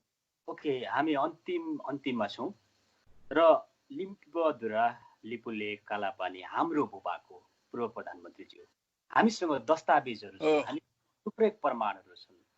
यदि भारत सहमत भएन, फिर्ता दिएन भने हामीसँग रह्यो अन्तिम विकल्प अन्तर्राष्ट्रियकरण, अन्तर्राष्ट्रिय अदालतमा जाने। अन्तर्राष्ट्रिय गर्नु पर्ला नि अन्तिम अवस्थामा, के हो? हामीले अहिलेको अवस्थामा सबै राष्ट्रिय परिस्थिति, छिमेकसँगको परिस्थिति, अन्तर्राष्ट्रिय परिस्थिति, युएनको भूमिका, युएनमा परिरहेका अनेक अन्तर्राष्ट्रिय मुद्दाहरूको अवस्था, त्यसमा हामीले खेल्नुपर्ने भूमिका आदि जम्मै कुराहरूको बारेमा अध्ययन गरेर हामीले कदमहरू चाल्नुपर्ने हुन्छ। अहिले हामी प्राथमिक रूपमा कूटनीतिक कदमहरू चालिरहेका छौँ, राजनीतिक कदमहरू चालिरहेका छौँ। यिनै कदमहरूबाट सकेसम्म समस्याहरूको समाधान गर्ने कोसिस हामी गर्छौँ। भारतसँग मैत्रीपूर्ण वार्ताहरू हामी गर्न चाहन्छौँ। त्यो मैत्रीपूर्ण वार्ताहरूको मार्फत अब सबै तथ्यहरू राखेर त्यसका राजनैतिक तथ्यहरू, आर्थिक तथ्यहरू, सामाजिक तथ्यहरू, भौगोलिक तथ्यहरू, सीमा सम्बन्धी तथ्यहरू, के अरे यो चाहिँ नि नदीको बहाव सम्बन्धी तथ्यहरू, खास गरिकन हाइड्रोलोजी सम्बन्धी तथ्यहरू आदि कुराहरूको बारेमा हामी सम्पूर्ण कुराहरू राख्छौँ र वार्ता गर्छौँ। सकेसम्म त्यहाँबाट नै समस्याको समाधान गर्छौँ। त्यहाँबाट समस्या समाधान भएन भने स्वाभाविक रूपले हामीले चाल्न सकिने फर्दर कदमहरूको ढोका खुला छ, त्यो ढोका खुला रहनेछ। ओके, एउटा स्वाभिमानी नेता, देशभक्त नेता, राष्ट्रवादी नेताको रूपमा तपाईँलाई सबैले चिन्दछन्। मलाई पनि धेरै ठाउँबाट मेल आएको छ पूर्व प्रधानमन्त्रीज्यूलाई ल्याउनुहोस् एसपी भनेर। जाँदा जाँदै नेपाली जनतालाई, देशमा रहनुहुने, देश बाहिर रहनुहुने सबैलाई विश्वस्त बनाइदिनुहोस् कि जुन यो सिमानाको विवाद छ, यो हाम्रो जो लुटिएको भूभाग छ, त्यो फिर्ता आउँछ भनेर। म तपाईँको यो महत्त्वपूर्ण प्रसारण मार्फत ताम्राकारजी, जापानमा बस्नुभएका नेपालीहरू, संसारका विभिन्न देशहरूमा बस्नुभएका नेपालीहरू, सम्पूर्ण देशभक्त दाजुभाइ दिदीबहिनीहरूलाई के भन्न चाहन्छु भने लामो समयदेखि हाम्रो देशको सिमाना ठिक ढङ्गले अङ्कित हुन सकिरहेको थिएन। अहिले हामी 21औं शताब्दीमा छौँ। धेरै देशहरूले आफ्नो सीमा अङ्कित गरिसकेका छन्, तर दुःखको कुरा नेपालका विगत शासकहरूको एउटा चाहिँ गलत भूमिकाको कारणले गर्दाखेरि नेपालको सिमाना अहिलेसम्म पनि वैज्ञानिक रूपले रेखाङ्कन हुन सकेको छैन। कालापानीको समस्या, सुस्ताको समस्या र अन्य कतिपय क्षेत्रमा पनि अझै समस्याहरू छन्। तर हाम्रो पार्टी नेकपा यी सबै समस्याहरूलाई समाधान गर्नको लागि दृढ प्रतिज्ञ छ। अहिले हामीहरूले जुन ढङ्गले लिपियाधुरा, कालापानी र लिपुलेकको कुराहरूलाई उठाएका छौँ, लामो समयदेखि हाम्रो देशको यो सिमाना नेपालको नक्साभन्दा बाहिर पारिएको थियो र यो बाहिर पारिएको कुरालाई अब हामीले नेपालको नक्सा अन्तर्गत बनाउन बनाएका छौँ। अब यो परिवर्तन हुन सक्दैन। अब खालि हामीले ती भूभागहरू लिन मात्रै बाँकी छ। भूभाग लिने काम हामीले चाहिँ नि एउटा प्रक्रियाको रूपमा अगाडि बढाएर लिएर जान सक्नुपर्छ। हामी त्यो गर्छौँ। भारतसँग कूटनीतिक वार्ता गर्छौँ, राजनीतिक वार्ता गर्छौँ। आवश्यक पर्ने कुनै पनि कदमहरू हामी चालेर नेपालको भूभाग लिन्छौँ। त्यसमा तपाईँहरू जुन जुन देशहरूमा बस्नु भएको भए पनि यो प्रक्रियालाई दृढतापूर्वक समर्थन गर्नुहोस्। यो नेकपाले चालेको कदम हो, नेकपाको कदम हो। नेकपा वास्तवमा आफ्नो स्थापना कालदेखिकै एउटा देशभक्त पार्टी हो। हामी अहिले देशभक्तिको भावनालाई अगाडि बढाउन कोसिस गरिरहेका छौँ। सम्पूर्ण देशवासीहरूलाई आफ्नो देशप्रतिको माया, आफ्नो देशप्रतिको समर्पणलाई दृढतापूर्वक अगाडि बढाउन हामी कोसिस गरिरहेका छौँ। त्यसो हुनाले हाम्रा यी कोसिसहरूमा तपाईँहरूको साथ समर्थन अत्यन्त आवश्यक छ र हार्दिक रूपले सहयोग गर्नको लागि तथ्याङ्क अध्ययन गर्नमा सहयोग हुन सक्छ। तपाईँले सुने जानेका कैयौँ तथ्याङ्कहरू हुन सक्छन्, ती कुराहरू दिएर हुन सक्छ। नेपालमै विशेषज्ञहरू पठाएर हुन सक्छ। यी क्षेत्रहरूको कालापानी सुस्ताको भ्रमण गरेर हुन सक्छ। अनेक हुन सक्छ। तपाईँसँग ब्रिटिस लाइब्रेरीमा बसेर, ब्रिटिस लाइब्रेरीमा अझै पनि अनेक महत्त्वपूर्ण नक्साहरू छन्। अमेरिकन लाइब्रेरीमा पनि त्यस्ता महत्त्वपूर्ण नक्साहरू छन्। उहिलेदेखि नै हाम्रो देशका कतिपय तथ्याङ्कहरू विकसित देशका लाइब्रेरीमा लगेर थन्काइएका छन्। ती कुराहरूको अध्ययन गर्ने कुराहरूमा हुन सक्छ। यी विविध कुराहरूमा सहयोग गर्नुहोस् र नेपाललाई आफ्नो गन्तव्यमा पुग्न, आफ्नो स्वाभिमानको रक्षा गर्न, आफ्नो राष्ट्रियतालाई सुदृढ गर्न, आफ्नो देशको भूभागलाई आफूलाई समेटेर अगाडि बढ्न तपाईँहरूले पनि हार्दिक आग्रह गर्नुहोस् भन्ने म मेरो एकदम विनम्र अनुरोध गर्न चाहन्छु। ओके, पूर्व प्रधानमन्त्रीज्यू आफ्नो महत्त्वपूर्ण समय दिनुभयो, तपाईँलाई धेरै धेरै धन्यवाद। रामराकारजी, तपाईँले सम्पूर्ण प्रवासी नेपालीहरूको समेत तर्फबाट आज मलाई जुन ढङ्गले चाहिँ यो इन्टरभ्यू लिनुभएको छ त्यसको लागि धेरै धेरै धन्यवाद। Asia, Africa, Latin America, Europe सबै देशहरूमा, सबै क्षेत्रहरूमा बसेका नेपालीहरूलाई मेरा सन्देशहरू पुर्याइदिनु होला। तपाईँलाई धेरै धेरै धन्यवाद। दर्शक महानुभावहरू, उहाँ हुनुहुन्थ्यो पूर्व प्रधानमन्त्री र नेकपाका वरिष्ठ नेता जलनाथ खनालज्यू। आजको यो कार्यक्रम कस्तो लाग्यो तपाईँहरूको प्रतिक्रिया पनि चाहिन्छ। त्यसका लागि तपाईँहरूले voicnepal@gmail.com र yasvitamraka.voicnepal@gmail.com मा पठाउन नबिर्सनुहोला। voice नेपालको केन्द्रीय कार्यालय क्यालिफोर्निया र त्यसै गरी हाम्रो दोस्रो केन्द्रीय कार्यालय नामनगर काठमाडौँ हो। म यास्वी ताम्रकार, त्यसै गरी आजका हाम्रो सम्मानित व्यक्तित्व र पूर्व प्रधानमन्त्री जलनाथ खनालज्यू, हामी दुवैजना बिदा चाहन्छौँ। नमस्कार। हाम्रो बीचमा नेपाल कम्युनिस्ट पार्टीका वरिष्ठ नेता पूर्व प्रधानमन्त्री जलनाथ खनाल हुनुहुन्छ। जलनाथ खनालजी, हजुर, तपाईँलाई नेपाली भाषामा स्वागत गर्न चाहन्छु। ल, धन्यवाद। हिजो प्रधानमन्त्री केपी शर्मा ओलीले बोलाउनु भएको सर्वदलीय बैठकमा के भयो, सीमा समस्या समाधान गर्नको लागि तपाईँले कस्तो रणनीति बनाउनु भएको छ, नेपाली जनतालाई बताइदिनुहोस्। खास गरिकन भारतले हाम्रो कालापानी क्षेत्रमा, लिम्पुया क्षेत्रमा जुन ढङ्गले अतिक्रमण गर्दै आइरहेको छ, लामो समयदेखि अतिक्रमण गरेर आएको छ, त्यो अतिक्रमणलाई रोक्नको लागि हामीले पटक पटक आग्रह अनुरोध गरिरहेका छौँ। सरकारले पनि लिखित रूपमा चाहिँ पत्रहरू समेत पठाएको छ, नोटहरू समेत पठाएको छ। तर त्यसको विपरीतमा 2020 मे 8 का दिन जुन ढङ्गले चाहिँ त्यहाँ नयाँ बाटो बनाएर उद्घाटन गर्ने समेत काम गर्यो, त्यो नेपालको विरुद्ध, नेपालको सार्वभौम सत्ताका विरुद्धको अत्यन्त नाङ्गो अतिक्रमण हो। त्यो अतिक्रमणलाई धेरै वक्ताहरूले भत्सना गर्नुभयो, निन्दा गर्नुभयो र भारतलाई यी क्षेत्रहरूबाट पछि फर्काउनको निम्ति सरकारले चाहिँ नि अत्यन्त दृढतापूर्वक एकताबद्ध भएर अगाडि बढ्नुपर्छ भन्ने कुराहरू त्यो सर्वदलीय बैठकले चाहिँ निष्कर्ष निकाल्यो। होइन, लिपि लेक, लिम्पियाधुरा र कालापानी नेपालकै हो, तर तपाईँहरूलाई थाहा छ यो 50 वर्ष अघिदेखिको समस्या हो। तपाईँहरू किन गम्भीर हुनु भएन विगतमा, र तपाईँहरूले भारतसँग किन निर्णायक वार्ता गर्नु भएन नेपालको भूमि फिर्ता गर्नको लागि, र अहिले आएर लिम्पियाधुरा त नेपालको नक्सामा पनि छैन नि। जलनाथ खनालजी, तपाईँहरू के हेरेर बस्नु भएको छ त? निसन्देह नै यो धेरै लामो समयदेखि नेपालका शासकहरूले जो हामी शासन व्यवस्थामा बस्यौँ, ती शासन व्यवस्थामा बस्ने क्रममा पनि राम्रो ढङ्गले वास्ता नगरेर यो व्यवस्था गरिएको एउटा समस्याको रूपमा पनि रहेको छ। आफ्नो देशको भूभागको रक्षाको निम्ति, आफ्नो देशको रक्षाको निम्ति हर बखत चनाखो भएर सबैतिर आँखा लगाउनु पर्नेमा एउटा भूभागमा विदेशी सेना आएर चौकी राखेर बसिसक्दाखेरि पनि हाम्रो ध्यान जुन गम्भीरतापूर्वक जानु पर्थ्यो त्यो गम्भीरतापूर्वक गएन। 46 सालको परिवर्तनभन्दा अगाडि चाहिँ हामी गुमराहमै बसेका थियौँ। तर 46 सालको परिवर्तन पछाडि त्यो क्षेत्रमा हामीले आँखा लगाउने पार्टी भनेको नेकपा नै हो। त्यसमाथि पनि मैले त्यो क्षेत्रमा त्यो यस्ता समस्याहरू रहेछन् भन्ने कुरा पहिलो पटक उजागर गरेको थिएँ। त्यो 47 सालको अन्तरिम सरकारमा बसेको बेलामा टनकपुर समस्या आयो। त्यो टनकपुर समस्या आएपछि टनकपुरको समस्याबाट अध्ययन गर्दै जाँदाखेरि वास्तवमा यी समस्याहरू पत्ता लागेका थिए।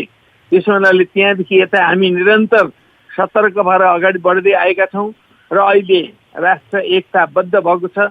सबै पार्टीहरूले हिजो सर्वदलीय बैठकमा एकताबद्ध भएर चाहिँ प्रस्तुत भएका छन् र अब हामी दृढतापूर्वक एकताबद्ध भएर आफ्नो भूमि फिर्ता गर्ने अभियानमा लागेका छौँ। होइन, तर पनि तपाईँले भन्नुभयो त्यहाँ त पहिलेदेखि नै भारतले जमिन नेपालको अतिक्रमण गरेको थियो, तपाईँहरूलाई जानकारी पनि थियो भने तपाईँले किन भन्न सक्नु भएन? 12 वर्षदेखि कालापानीमा लिपुलेकमा त भारतले सडक निर्माण गर्न लागेको थियो नि त, तपाईँहरू कहाँ हुनुहुन्थ्यो? सुतेर बस्नु भएको थियो?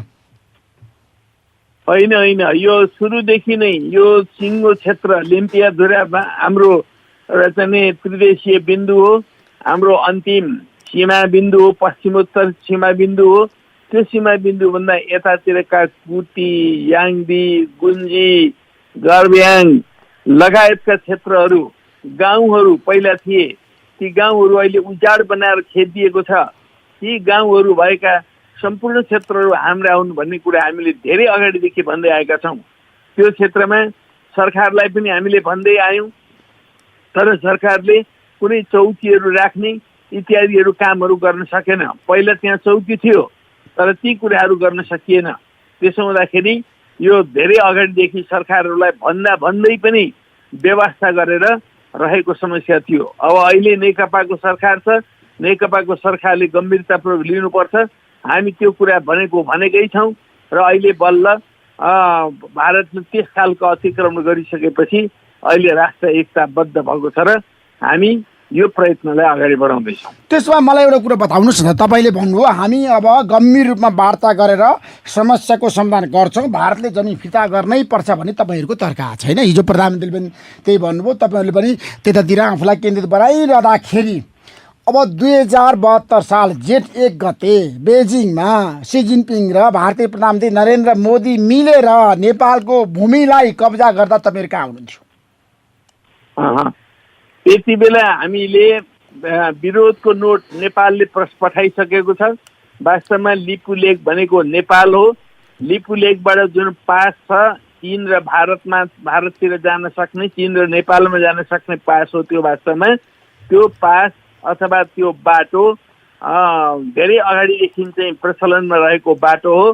त्यो बाटोलाई भारत चीन युद्ध भएपछि त्यो बाटो बन्द भएको थियो र त्यस पछाडि विभिन्न बाटाहरू खोल्ने भन्ने सन्दर्भमा चाहिँ चीन र भारतका बिचमा जति बेला छलफल भयो, त्यो छलफल पछाडि त्यो निर्णय पछाडि यो बाटो पनि खोल्ने भन्ने खालको उनीहरूले निर्णय गरे।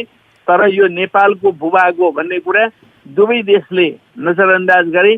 त्यसको विरोध त्यति बेलैदेखि भएको थियो र अहिले पनि हामीले त्यो विरोध गरेका छौँ र दुवै देशसँग यस मामलामा वार्ता गर्नुपर्छ। सोझै हाम्रो भूमि अतिक्रमण गरेको भारतले हो, भारतसँग त्यही लेभलमा हामीले वार्ता गर्नुपर्छ र साथसाथै हाम्रो त्रिदेशीय बिन्दु, हाम्रा 3टा देशहरू जोडिने बिन्दु भनेको चाहिँ लिम्पियाधुरा हो भन्ने कुरालाई प्रश्न पार्दै हामीले लिम्पियाधुराको सन्दर्भमा चाहिँ नयाँ त्रिदेशीय सम्झौता गर्नुपर्ने भएको छ। त्यसका लागि हामीले चीनसँग पनि वार्ता गर्नुपर्छ। होइन, सीमा समस्या सल्टाउनको लागि, समाधान गर्नको लागि त्रिपक्षीय वार्ताको आवश्यकता छ भनेर धेरैले भन्न थालेका छन्। अब तपाईँहरू पहिला भारतसँग कुरा गर्ने कि चीनसँग? सबभन्दा पहिले हामी भारतसँग कुरा गर्न चाहन्छौँ, किनभने अहिले चीनले नेपालको भूभाग अतिक्रमण गरेको छैन तर भारतले अतिक्रमण गरेको छ। त्यसकारणले यो नेपालको भूभाग हो भनेर हामी सम्पूर्ण तथ्य प्रमाणहरू लिएर भारतसँग वार्ता गर्छौँ र भारतसँग वार्ता गरेर यो समस्याको समाधान गर्नुपर्छ। हामीले वार्ता गर्ने सिलसिलामा कमसेकम 5वटा कुराहरूलाई ध्यानमा राख्नुपर्छ। सुगौली सन्धि लगायत सुगौली सन्धिदेखि यतातिर भएका विभिन्न सन्धिहरूले लिम्पियाधुरा भन्दा पूर्वको सम्पूर्ण भूभाग नेपालको भन्ने कुरा प्रमाणित गर्दछन्। त्यो कुरालाई अगाडि सार्नु पर्दछ। त्यसै गरेर त्यस बेलादेखि यतातिर ल्याएका खास गरिकन 19औं शताब्दीका नक्साहरू, ती नक्साहरूले लिम्पियाधुरा नै नेपालको चाहिँ वास्तवमा पश्चिमोत्तर सिमाना हो भन्ने कुरा प्रष्ट पारेका छन्। ती नक्साहरू हामीले जम्मा गर्न सक्नुपर्छ। त्यसदेखि यता ती पुती, नापी, गुन्जी भन्ने गाउँहरूका जनताले मालपोत तिरेका रसिदहरू, ती सम्बन्धित डकुमेन्टहरू अहिले पनि हाम्रा कार्यालयहरू, मालपोत कार्यालयहरूमा छन्। ती कुराहरूको हामीले खोजी नीति गर्नुपर्छ। विभिन्न बेलामा जनगणना गराइएको थियो, त्यो जनगणना गरेका तथ्याङ्कहरू पनि हामीले खोजी नीति गर्नुपर्छ। र साथसाथै त्यो ठाउँमा पहिला प्रहरी चौकी पनि रहेको रहेछ। त्यो प्रहरी चौकीलाई पनि हटाएर त्यस ढङ्गले चाहिँ अलिक नोम्यान्स ल्यान्ड जस्तो ठाउँ भएको हुनाले, त्यो बढी अलिकति चाहिँ हिमाली क्षेत्र जस्तो भएको हुनाले त्यो ठाउँमा चाहिँ त्यसरी कब्जा गरेर बसेको अवस्था रहेछ। कसैले भन्दा यो 1952देखि कब्जा गरेको भन्छन्, कसैले भन्दा 62देखि कब्जा गरेको भन्छन्। जहिले भए पनि वास्तवमा यो 50-60 वर्ष अगाडिदेखि भारतले कब्जा गरेर राखेको छ। उसले त्यो एकदम रणनीतिक क्षेत्र भएको हुनाले त्यसलाई त्यही हिसाबले लिएको छ। तर रणनीति पनि विश्वमा विज्ञान र प्रविधिको विकास हुँदै जाने क्रममा बदलिसकेको छ। यो परिप्रेक्ष्यमा आएर भारतले त्यसलाई दाबी गर्ने कुराहरूको कुनै औचित्य छैन, कुनै आधारहरू छैनन्। त्यसकारणले हामीले बलिया प्रमाणहरू प्रस्तुत गरेर भारतसँग वार्ता गरेर आफ्नो भूमि फिर्ता लिनुपर्छ। होइन, नेपाली भूमि त फिर्ता लिनै पर्छ। तर मेरो भनाइ के हो भन्दाखेरि तपाईँलाई थाहा छ झलनाथ खनालजी, अहिलेको अवस्थामा चीनले भारतलाई साथ दियो नि त। लिपुलेकबाट सडक निर्माण भयो, मानसरोवर जानको लागि चीनलाई पनि फाइदा हुने, व्यापारिक रूपमा भारतीय पर्यटकहरू त्यहाँ जाने, अर्बौं रुपियाँ आम्दानी हुने। चीनले त तपाईँलाई साथ दिएन नि त। तपाईँलाई सोध्न सक्यो नि त चीनले के गरौँ भन्दाखेरि। होइन, चीनले निश्चय पनि त्यति बेला मिस्टेक गरेकै हो। तर चीनले नेपाललाई साथ दिनुपर्छ, भारतले पनि नेपाललाई साथ दिनुपर्छ। किनभने नेपालको भूभाग न चीनको लागि इन्ट्रेस्टको विषय हुनुपर्छ, न भारतको लागि इन्ट्रेस्टको विषय हुनुपर्छ। हाम्रो भूभाग हाम्रो हो। हाम्रो भूभाग के हो भन्ने कुरा हाम्रा सन्धि सम्झौता आदिले स्पष्ट पारेकै छ। ती तथ्यहरूको आधारमा हाम्रो भूभाग हामीले खोज्ने हो। त्यसमा चाहिँ नि चीनले भारतलाई साथ दिने अथवा भारतले चीनलाई साथ दिने भन्ने प्रश्न होइन। यो प्रश्नमा दुईटा देशहरू सीमामा जोडिएको हुनाले हामीले दुवैसँग छलफल गर्नुपर्ने आवश्यकता छ। तर हाम्रो न्यायपूर्ण कुरा भएको हुनाले न्यायपूर्ण कुरालाई चीनले पनि साथ दिनुपर्छ, भारतले पनि साथ दिनु। होइन, व्यापारिक करिडोर बनाउन चाहे नि त चीन र भारत मिलेर लिपुलेकलाई। होइन, चीन र भारत व्यापार गरून्, हामीले त्यो व्यापार गर्ने कुराहरूमा केही आपत्ति गर्दैनौँ। अरू जति पनि नाकाहरू छन् 1962 को युद्ध पछाडि ती नाकाहरू जो बन्द भए, ती बन्द भएका नाकाहरूलाई खोल्ने भन्ने उनीहरूले निर्णय गरेका छन्। त्यो विश्व राजनीतिको हिसाबले, विश्व रणनीतिको हिसाबले त्यो चाहिँ नि न्यायपूर्ण कुरा हो।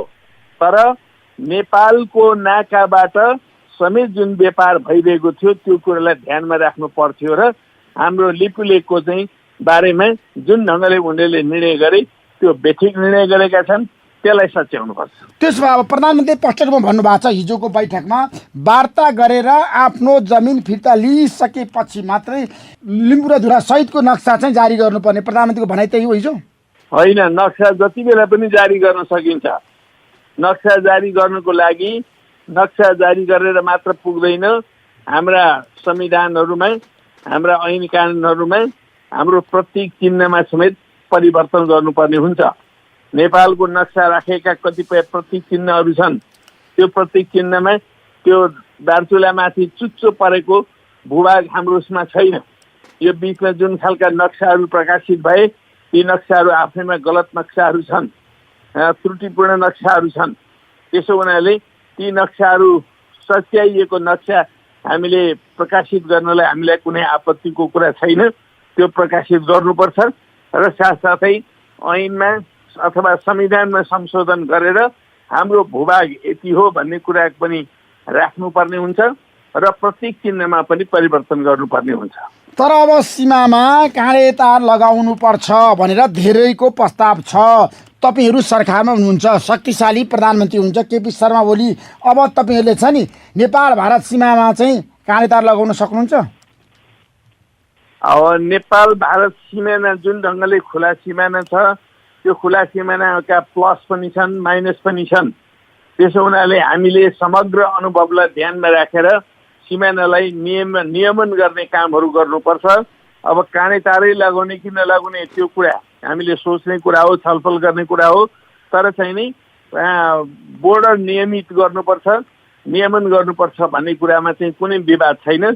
त्यसलाई अगाडि बढाएर लानुपर्छ। अब कङ्ग्रेसको एउटा प्रतिक्रिया आएको छ झलनाथ खनालजी, सरकार असफल भयो अरे, काम गर्न सकेन अरे, प्रधानमन्त्रीले नैतिक रूपमा राजीनामा दिनुपर्छ। अब अहिले त्यो राजीनामाको कुरा पछि गरौँला। अहिलेको अवस्थामा राष्ट्र एक भएर हामीले हाम्रो भूभाग लिनुपर्ने अवस्था छ। त्यसो हुनाले यो बेलामा सबै एकताबद्ध भएर जानुपर्छ। त्यसमा अब प्रधानमन्त्रीको राजीनामाको प्रसङ्ग च्याप्टर क्लोज भयो। च्याप्टर क्लोज होइन, यो च्याप्टरै निस्केको छैन। च्याप्टर उग्रिएपछि कुरा गरौँला। तर तपाईँकै पार्टीका नेताले राजीनामा माग्नु भएको थियो प्रधानमन्त्रीको, तपाईँले भन्नुभएको थियो काम गर्न सक्नु भएन प्रधानमन्त्रीले भनेर। होइन, पार्टीभित्र के भएको होला त्यो भिन्नै कुरा हो। तर बाहिर हामीले सार्वजनिक रूपमा अहिलेसम्म राजीनामा माग गरेका छैनौँ र चाहिँ अब सार्वजनिक रूपले माग्ने ठाउँमा पुग्यो भने बेग्लै कुरा भयो। त्यसमा स्थायी समितिको बैठक चाहिँ नहुने भयो होइन, अब तत्काल स्थगन भयो। स्थायी समितिको बैठक राख्नुपर्छ भनेर सबैले अहिले पनि भनिरहनु भएको छ र हिजो चाहिँ खालि कोरोनाको कारणले गर्दाखेरि रोकिएको कुरा हो। त्यो कोरोनाको कुराहरूको निम्ति चाहिँ आवश्यक PCR टेस्टहरू आदिहरू गरेर फेरि बैठक बसे भइहाल्छ। संसद बस्न सक्छ भने हाम्रो स्थायी समिति बस्न नसक्ने भन्ने प्रश्नै हुँदैन। कुनै पनि बेलामा बैठक राख्नका लागि म चाहिँ नेताहरूलाई आग्रह गर्छु। होइन, कुनै पनि बेलामा बैठक राख्नको लागि तपाईँहरूले आग्रह गरिरहँदाखेरि प्रधानमन्त्रीले चाहनु भएन, अब बजेट आउन दिनुहोस् त्यसपछि बैठक राखौँला। होइन, ठिकै छ। त्यो त नीति कार्यक्रम अब पर्सिनीको चित्र आइ नै हाल्छ। त्यस पछाडि बजेट आउने कुरा हो। यो बेलामा नीति र कार्यक्रम बजेटतिर लागौँ भन्ने कुरा पनि एउटा लजिकल कुरा नै हो। तर यी चिजहरू भए पनि स्थायी समितिको बैठक राख्नलाई धेरै समय लाग्दैन। त्यो 1 दिन 2 दिनको टाइम भयो भने बैठक हुन्छ, साथीहरूले आफ्ना कुराहरू राख्नुहुन्छ र चाहिँ पार्टीलाई अगाडि बढाउनुको लागि त्यसले थप मद्दत गर्छ। त्यसमा स्थायी समितिको बैठक बजेट आइसकेपछि मात्र बस्ने भयो, ठ्याक्कै भनिदिनुहोस् न। अहिले त तपाईँले त सही सूचना दिनु पर्ने जनतालाई।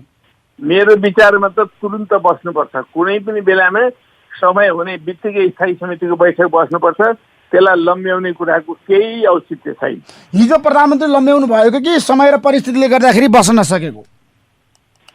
जेसुकै परिस्थितिले भए पनि यसलाई अहिले बस्न सकिन्न भन्ने कुराको औचित्य साबित गर्न सकिँदैन। बैठक बस्न सकिन्छ। राम्रो ढङ्गको व्यवस्थापन भयो भने कुनै पनि दिन बैठक बस्न सकिन्छ। नीति कार्यक्रमकै दिन बस्नुपर्छ भन्ने छैन, बजेट आउने दिन बस्नुपर्छ भन्ने छैन। बिचमा फुर्सदका दिनहरू हुन्छन्, त्यस्ता फुर्सदका दिनहरू मिलाएर पनि बस्न सकिन्छ। होइन, अब त्यस्तै सहमति बन्यो भने जति बेला अनुकूल हुन्छ त्यति बेला गरे पनि केही फरक पर्दैन। स्थायी समितिको बैठकको लागि एजेन्डै छैन रे त, प्रधानमन्त्रीले भन्नुभएको छ अध्यादेश फिर्ता भइसक्यो, अरू के एजेन्डा छ र छलफल गर्नुपर्ने अहिले? त्यस्तो होइन, स्थायी समितिका आफ्ना एजेन्डाहरू छन्, ती एजेन्डाहरूमा छलफलहरू चल्छ। त्यसो भए जाँदै तपाईँलाई थाहा छ अर्थमन्त्रीले स्पष्ट रूपमा भन्नुभयो हिजो संसदमा, अहिलेको अवस्थामा बजेटलाई हामी पुरानै शैलीमा ढर्रामा ल्याउँछौँ, विगतमा ल्याएको जस्तै बजेट ल्याउँछौँ भनेर भन्नुभयो। सांसदहरूको आक्रोश पनि बाहिर आएको छ, अहिलेको अवस्थामा कोरोना रोकथामको लागि मात्रै बजेट ल्याउनुपर्छ भनेर। अब के गर्ने भन्नुहोस् त? कोरोना रोकथाम गर्ने कुरा एउटा कुरा हो, नेपालको सामाजिक आर्थिक विकासको प्रवाहलाई टुट्न नदिकन अगाडि बढाउने कुरा अर्को हो। यो दुईटै कुरालाई समन्वय गरेर लानुपर्छ। कोरोनामा मात्र लाग्नुभयो भने भोलि उत्पादन हुन सकेन, भोकमरी सुरु भयो भने के गर्नुहुन्छ? त्यसकारणले मान्छेहरूलाई खानको लागि बन्दोबस्त गर्ने हिसाबले अर्थतन्त्रलाई अगाडि बढाउने कुरा पनि आवश्यक छ र साथसाथै कोरोनाले उत्पन्न गरेको विशिष्ट परिस्थितिको सामना गर्ने कुरा पनि आवश्यक छ। यो दुईटै कुरालाई समन्वय गरेरै अगाडि जानुपर्छ अहिले। अब सीमामा अल्पत्र परेका नेपालीहरूलाई तपाईँले स्वदेश फर्काउने कि त्यहीँ रहन दिने? अब बाहिर भएका नेपालीहरूलाई सकेसम्म अहिले हामीसँग चाहिँ यो लकडाउनको जुन परिस्थिति छ यो बेलामा हामीले धान्न सक्ने जति नेपालीलाई हामीले ल्याउनुपर्छ बिस्तारी बिस्तारी। तर चाहिँ धान्न नसकिने गरी एकैचोटि हत्तै ल्याउने खालको जुन कुरा हुन्छ त्यो चाहिँ अत्यन्त आपत्तिजनक कुरा हुन्छ। त्यसले गर्दाखेरि अहिले देशका विभिन्न ठाउँहरूमा सङ्क्रमितहरूको सङ्ख्या बढेर गइरहेको छ। त्यो धान्न नसकेर नै हो। विभिन्न मान्छेहरू विभिन्न कारणले जिल्ला जिल्लामा प्रवेश गरिरहेको अवस्था छ। त्यसलाई रोक्ने हिसाबले हामीले सोच्नुपर्छ। हाम्रा दाजुभाइहरूलाई दुःख पाउन पनि दिनु हुँदैन, तर चाहिँ नि सबैको स्वास्थ्य रक्षाको सुरक्षा पनि गर्नुपर्छ। Thank you so much Jhalanath खनालज्यू, समय दिनुभयो नेपाली बसलाई। तपाईँलाई म धेरै धेरै धन्यवाद दिन चाहन्छु। Thank you. धन्यवाद। आजको कार्यक्रमबाट म सञ्चालक ऋषि धमाला पनि बिदा हुन चाहन्छु। हस्त नमस्कार।